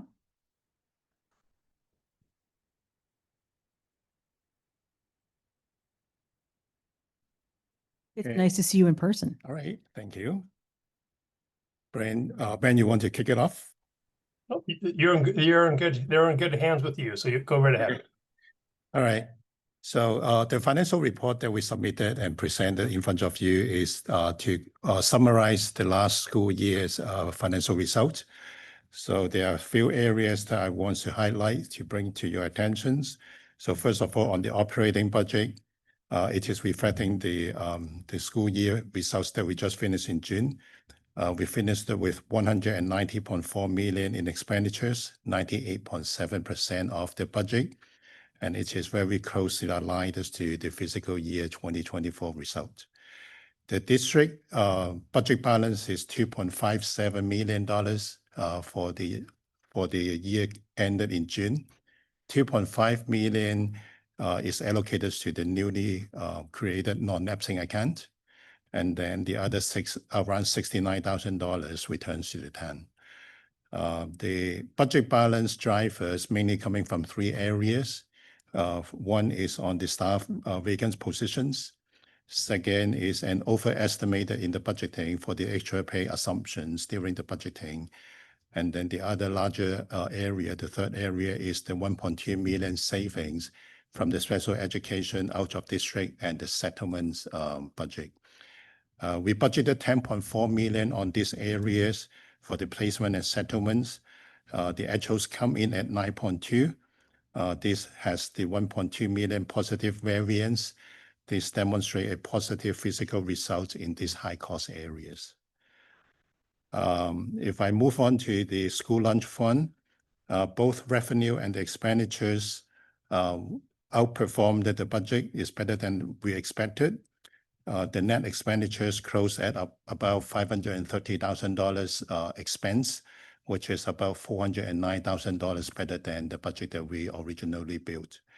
The program, the school lunch funds right now has the fund balance for an unaudited balance of $884,000 that carries into this school year start that we have.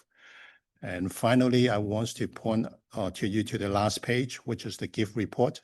This is an annual report on the gift cap report. And then this document, the significant contribution from the PTA, the Alliance, and also the community donation as a whole to benefit the student, the staff, and the facilities. In last year, fiscal 2025, in total, it is 1.64 million gift and donation that we received it. And then this reflects the ongoing strong community partnership supporting the Greenwich Public Schools. So that's all I have, and then see if you have any questions.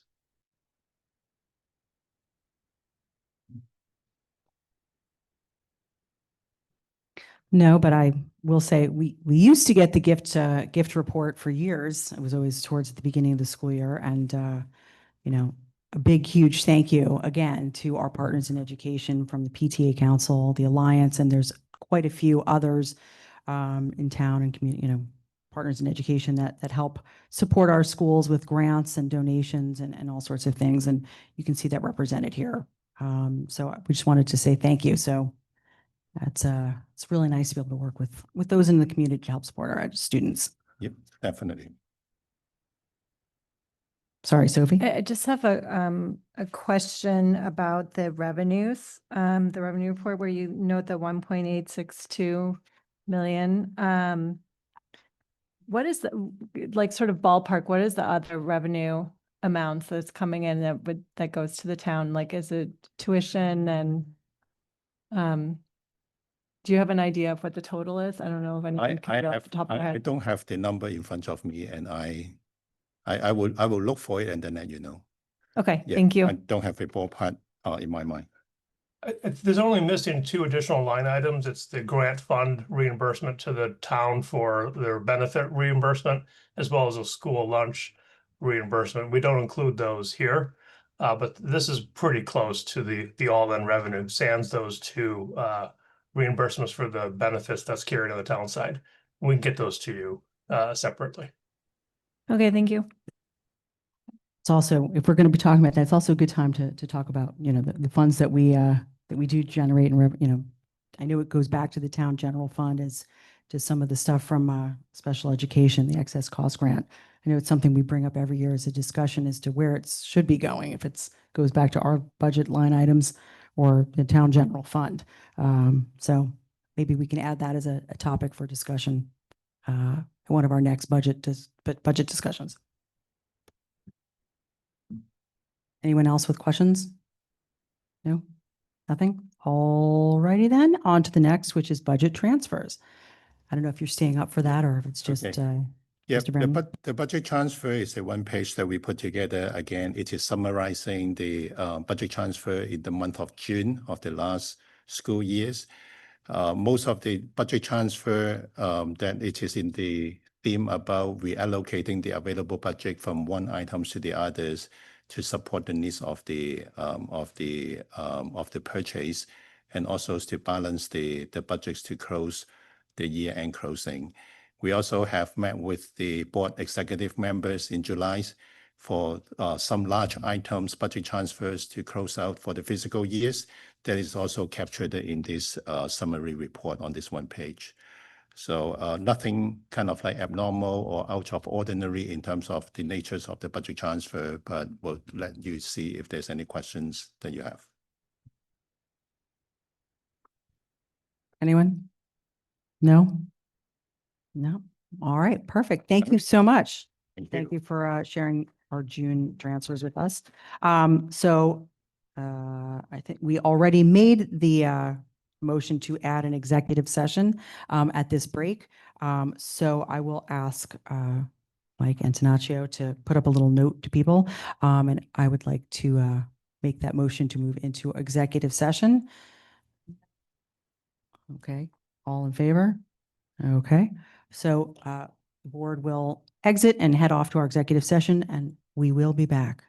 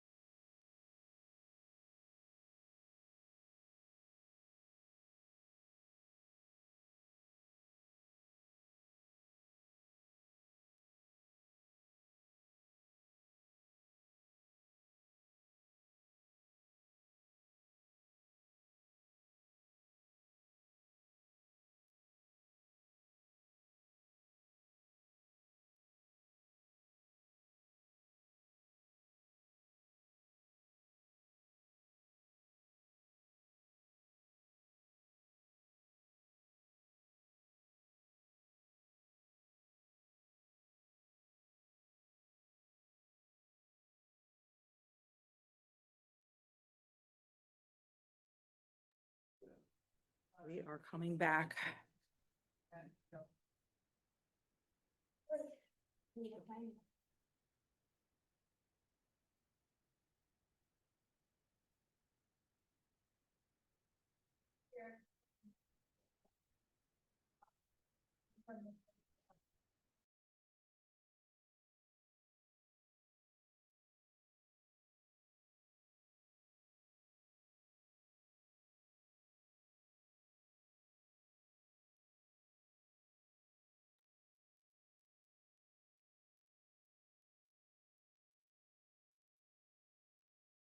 Feel free to be, it's just, moving through our accident.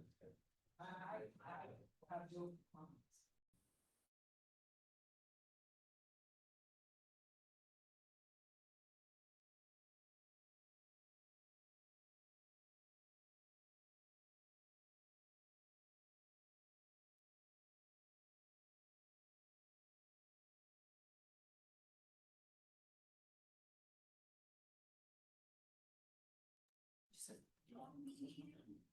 Okay.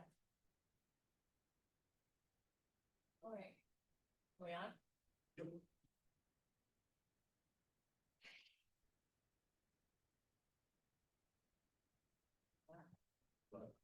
Okay, so the board is back. And just as a note, we are back from our executive session, I'm sorry, to discuss the contract for, sorry, I don't have it in front of me, GEA, and no votes were taken.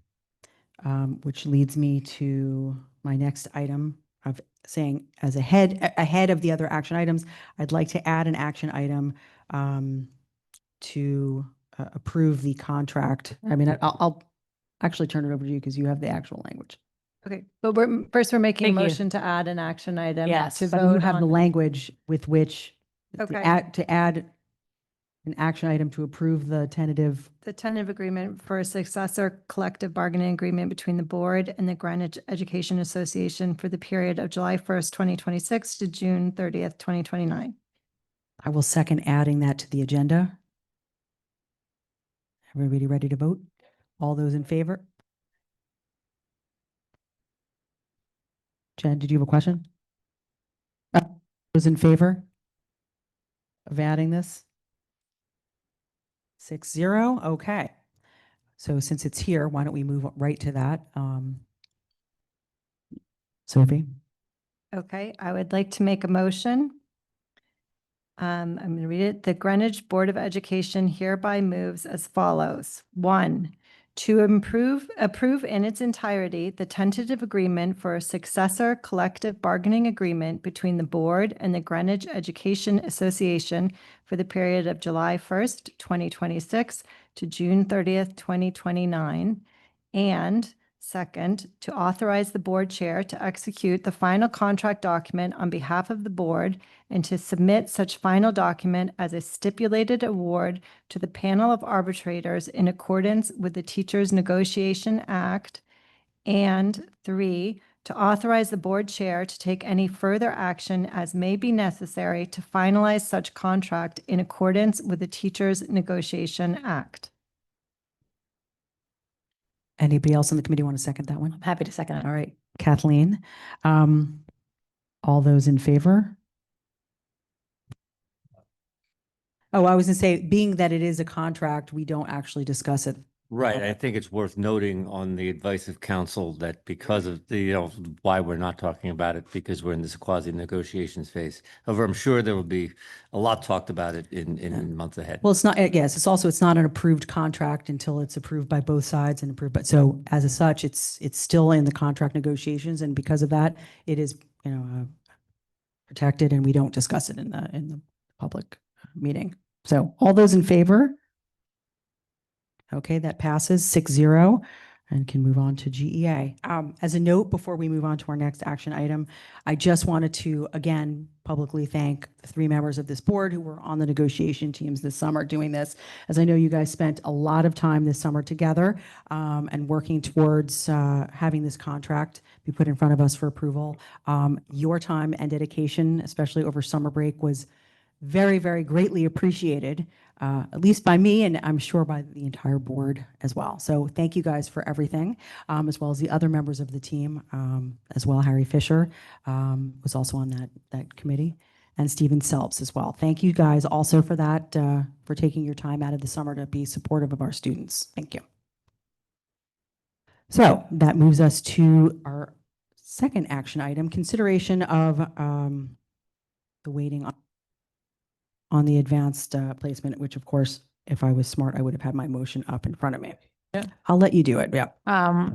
Make a motion to approve policy 6141.11 as revised. I'll second that. Discussion? Mike? I think it makes, I think this policy makes sense, but I think given some of the anxiety we've heard about around student anxiety, I think it's worth, it'd be good to have someone from the high school come back in a year's time or so to give a sense of, from the counseling department about the impact of this. Kathleen? Yeah. I mean, I think it's, we've talked about this a lot.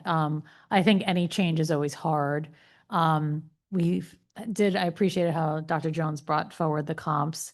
And I've spoken to a lot of people about this because people have been talking about this for a while. And I would say that you heard it from the students tonight, there is general belief that this is something that's, needs, that AP courses do seem to have, deserve that, additional bump.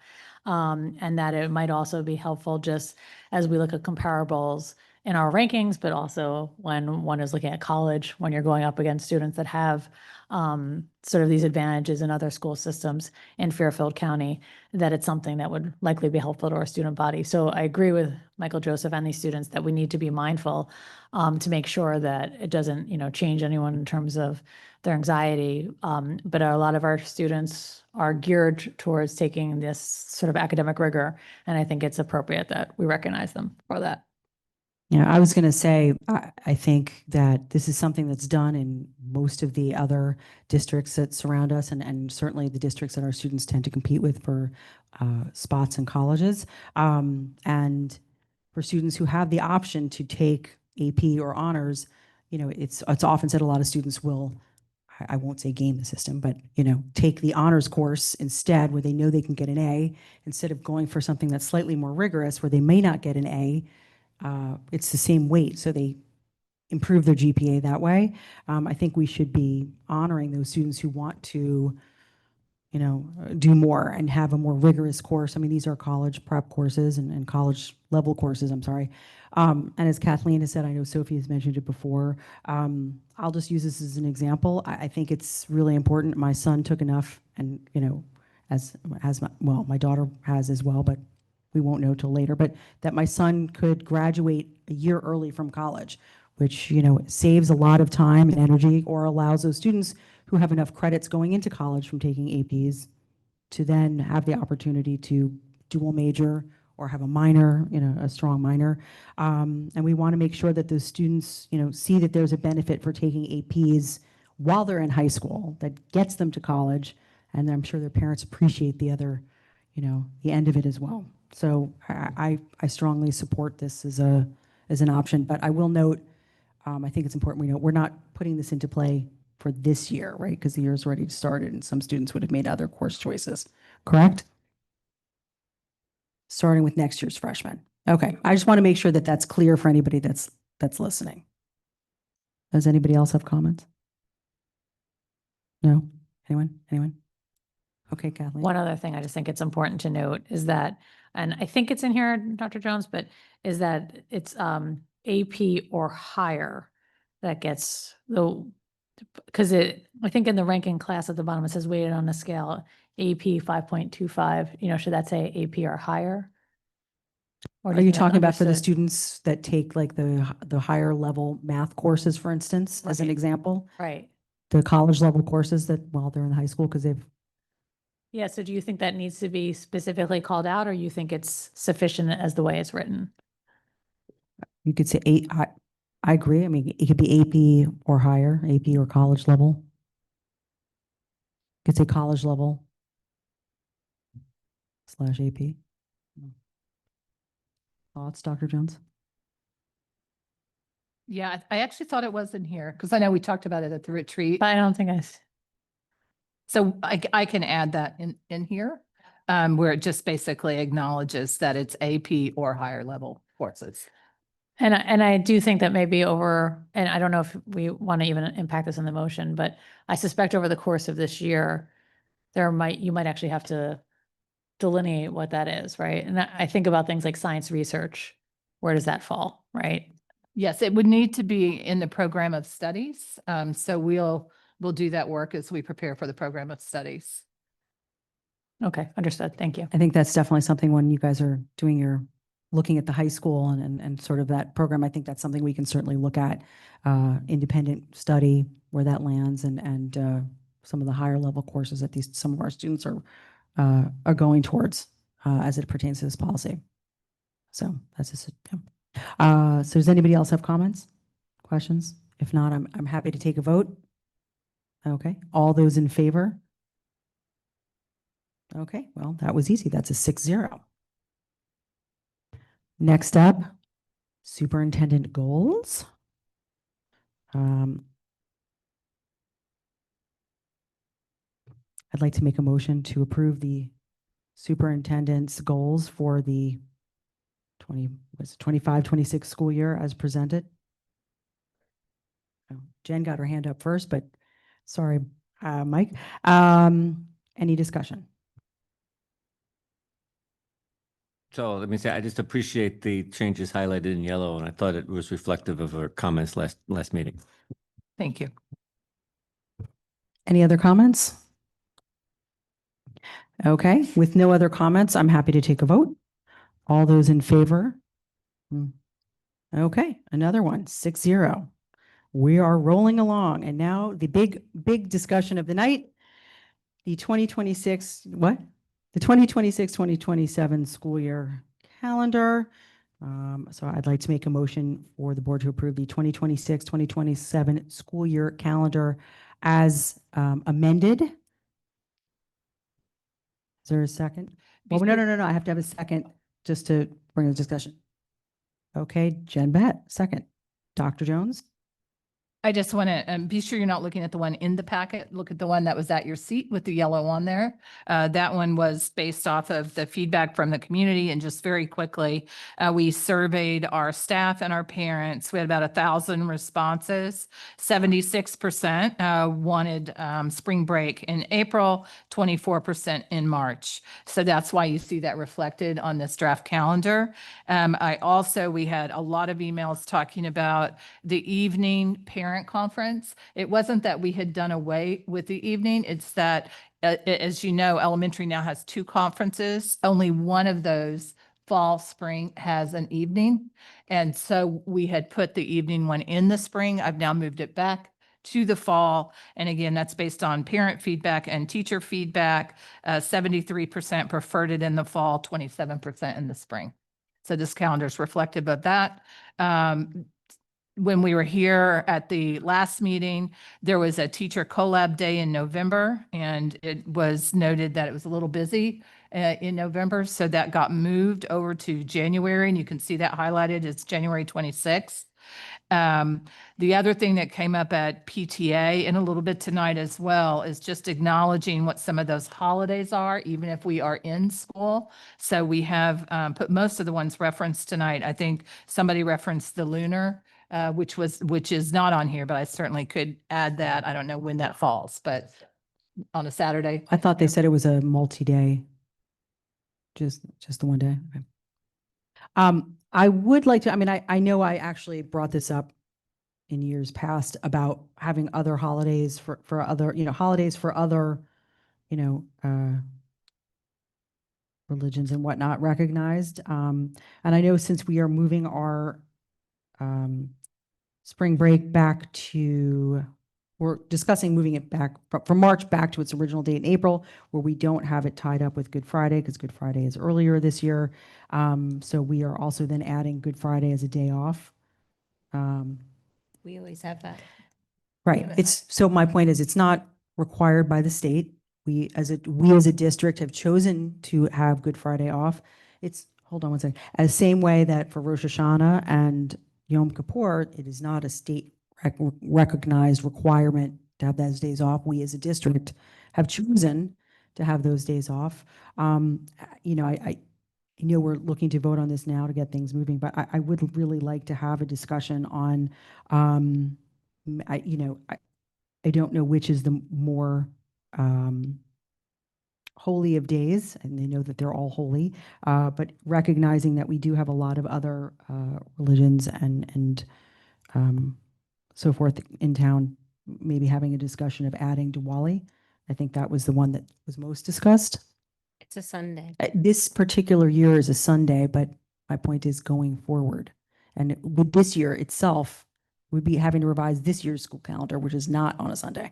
Mike? Yeah, I think we all appreciated the comments, particularly from some of the students tonight about some of the different holidays. And next year, if we're looking at next year's calendar, both Diwali and the Lunar New Year and Rosh Hashanah all happen to fall on the weekend. So it gives us a chance, perhaps unfortunately, for the policy committee to consider the ramifications of more religious holidays built into the calendar. For this specific calendar, I'm wondering if we should go the opposite instead of, you know, preserving Good Friday, but I'm not quite sure why we wouldn't, if we're trying to support as many faiths as possible, why we wouldn't move the April break back one more week, so it corresponds with Passover, because that's the following week. So two things on that. First of all, on Good Friday, I would need to do some checking. When Jonathan and I talked about this, Good Friday falls in other contracts of the district, and I believe we would have no custodians or administrative assistants in the district because it's in their contracts. So that's why we have it off, because we can't run the schools. The reason that we went with April 12th through the 16th was trying to be connected with the other school districts around us. That's the week they're all taking, so that if our teachers have children, their spouses, you know, teach in a different district, that we are off when those other districts are off. Again, when we talk about teacher absenteeism, that it's difficult when we're a different week. I guess it all depends, because everyone in New York, it depends on which district, because everyone in New York's off the following week for Rush. Well, luckily for us, at least if they live in New York, you're probably right. But in Connecticut, the superintendents were all sharing calendars this week for this very reason, because it's kind of a tricky calendar this year. And that's the most prominent week, is that 12th through the 16th. The other thing I think I would suggest, based on the comments tonight, while we look at all these different holidays, I'm not sure it's probably not terribly helpful to have the school conferences the same day as Eid. I think it would probably make sense to have that a different day. I'm also wondering about the comments we heard about optional homework on these days, which doesn't sound I shouldn't say it doesn't sound kosher, but it doesn't say it's given Wrong holiday. But right, but it doesn't sound appropriate that we would have optional homework on these days. So I don't know about what that means. Well, I think that, again, this is initially how I brought it up. So if you see at the end, so, you know, on days of major, you know, holidays like that, even if we don't have the school day off, there, you know, we ask out of respect to not have athletic games, activity, you know, or, you know, competitions, projects, homework, or major assignments the evening before on a recognized religious holidays.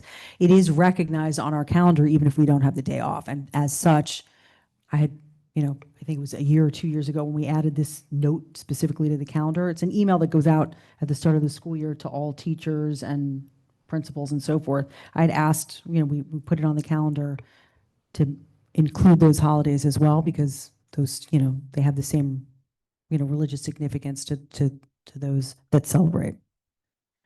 Tony, did Yeah, you? we you do. We want have to say- a religious memo that goes out every year. We go over it with leadership before school starts. They go over it with their staff. It's actually posted on the website as well. That does reference all of these holidays.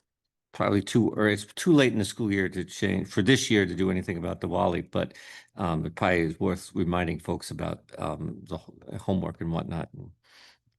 Certainly arguing that there shouldn't be any optional homework because that just puts students in a bad situation. Yeah, Well, we do go through that memo with the staff, but it was shared even with our Jewish holiday this past week that some teachers, weren't as sensitive to, well, we can't have a test because we're not allowed to.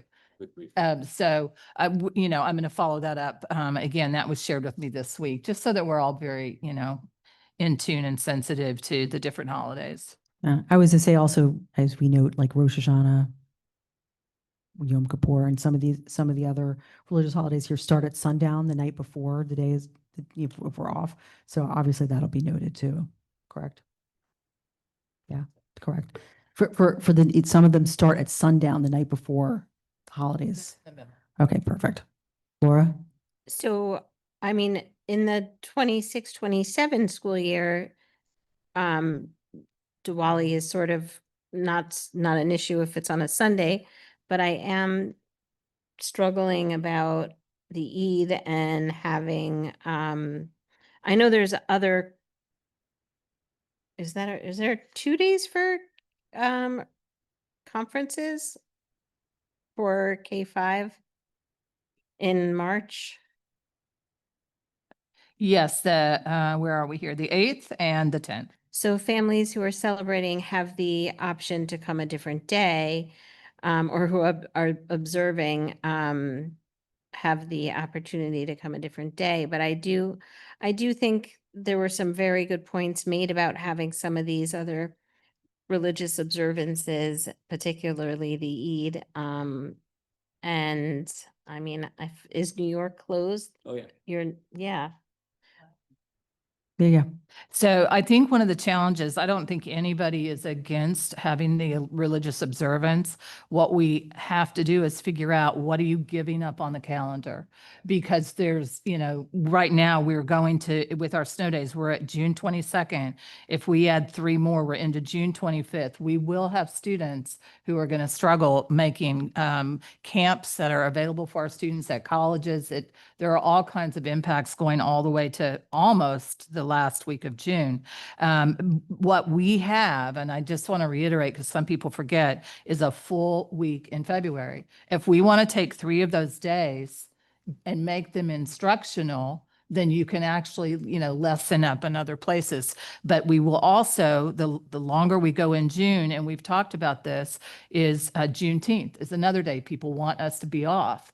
But I think we've done a good job the last couple of years of making sure instructionally our kids are learning, and we have really good units for that. And it's worked well, but it's what are we going to give up? Because we can't go earlier in August. And we're Why? so late in June. Yeah, I think, like I said, I think this is a longer term conversation this evening, and maybe, like I said, for a committee.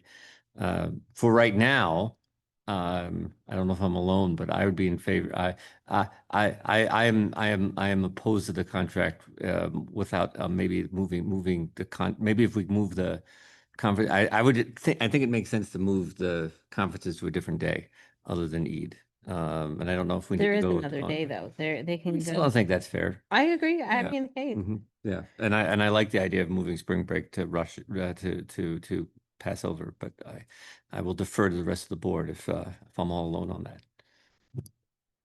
Passover is the following week, the 19th to the 23rd. And you can rest. I mean, I think, again, I think we do have some time because we're talking about the 26-27 school calendar. If we approve it this way now. What? I said they've been calling us for over a month for this calendar. People book. No. That's why I'm saying, I think we have time to discuss. If we prove this now, Diwali, I'm pronouncing it incorrectly, is on a Sunday, so we wouldn't have to worry about that per se. If there is one, we've had to make minor revisions to future or current school calendars as we go. So if it should happen.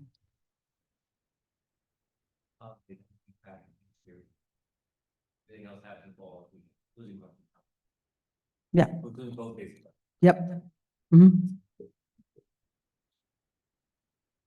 Like I said, this is something that I'd spoken about or thought about in the past, and we had enough students and, who spoke so well and so impassioned for this.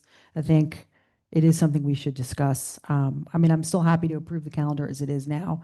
And if any slight adjustment then needs to be made for one day, I think we have time to, if we had to. What? Wait, so we're starting on a Friday, which everybody hates. If we shifted 2 days and started on August 26th, then why couldn't we gain 2 days for the Eid? Because then you just pushed the whole school back by a year or by another week. So the teachers need what, 2 days? Yeah, Four. coming back mid-August then. 1, 2, Yeah, you have to remember that things that might work well for elementary schools, the elementary school, like having not starting on a Friday, doesn't always work well for the high school, which the later we go, the more negative impact it then has. No, or vice versa. We also have to worry, not worry, but we have to be concerned about our teachers who then are required to come back On the even night. earlier. I think it's a big ask to have. It's the same number of days that they work. But they're coming back earlier. Yeah. Yeah, there's just, I think it's challenging on many things in that there are 4 professional days and for all of our teachers, with the exception of 6th and 9th grade, they need all 4. They use all 4 of those days. Yeah, they have 4 days, but before that, we also have 2 days before the 4 days of the new teacher orientation.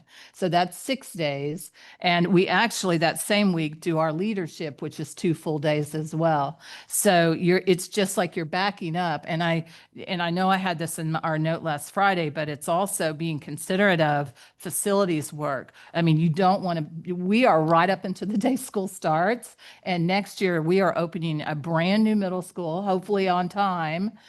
Old Greenwich is going to have a lot of construction going on. Julian Curtis is going to have a lot of construction. And we hope everything is going great at Ham Ave. We have geothermal and the parking lot there. So we can't really afford to also, from a facility standpoint, to lose any days. So it's all of that taken together.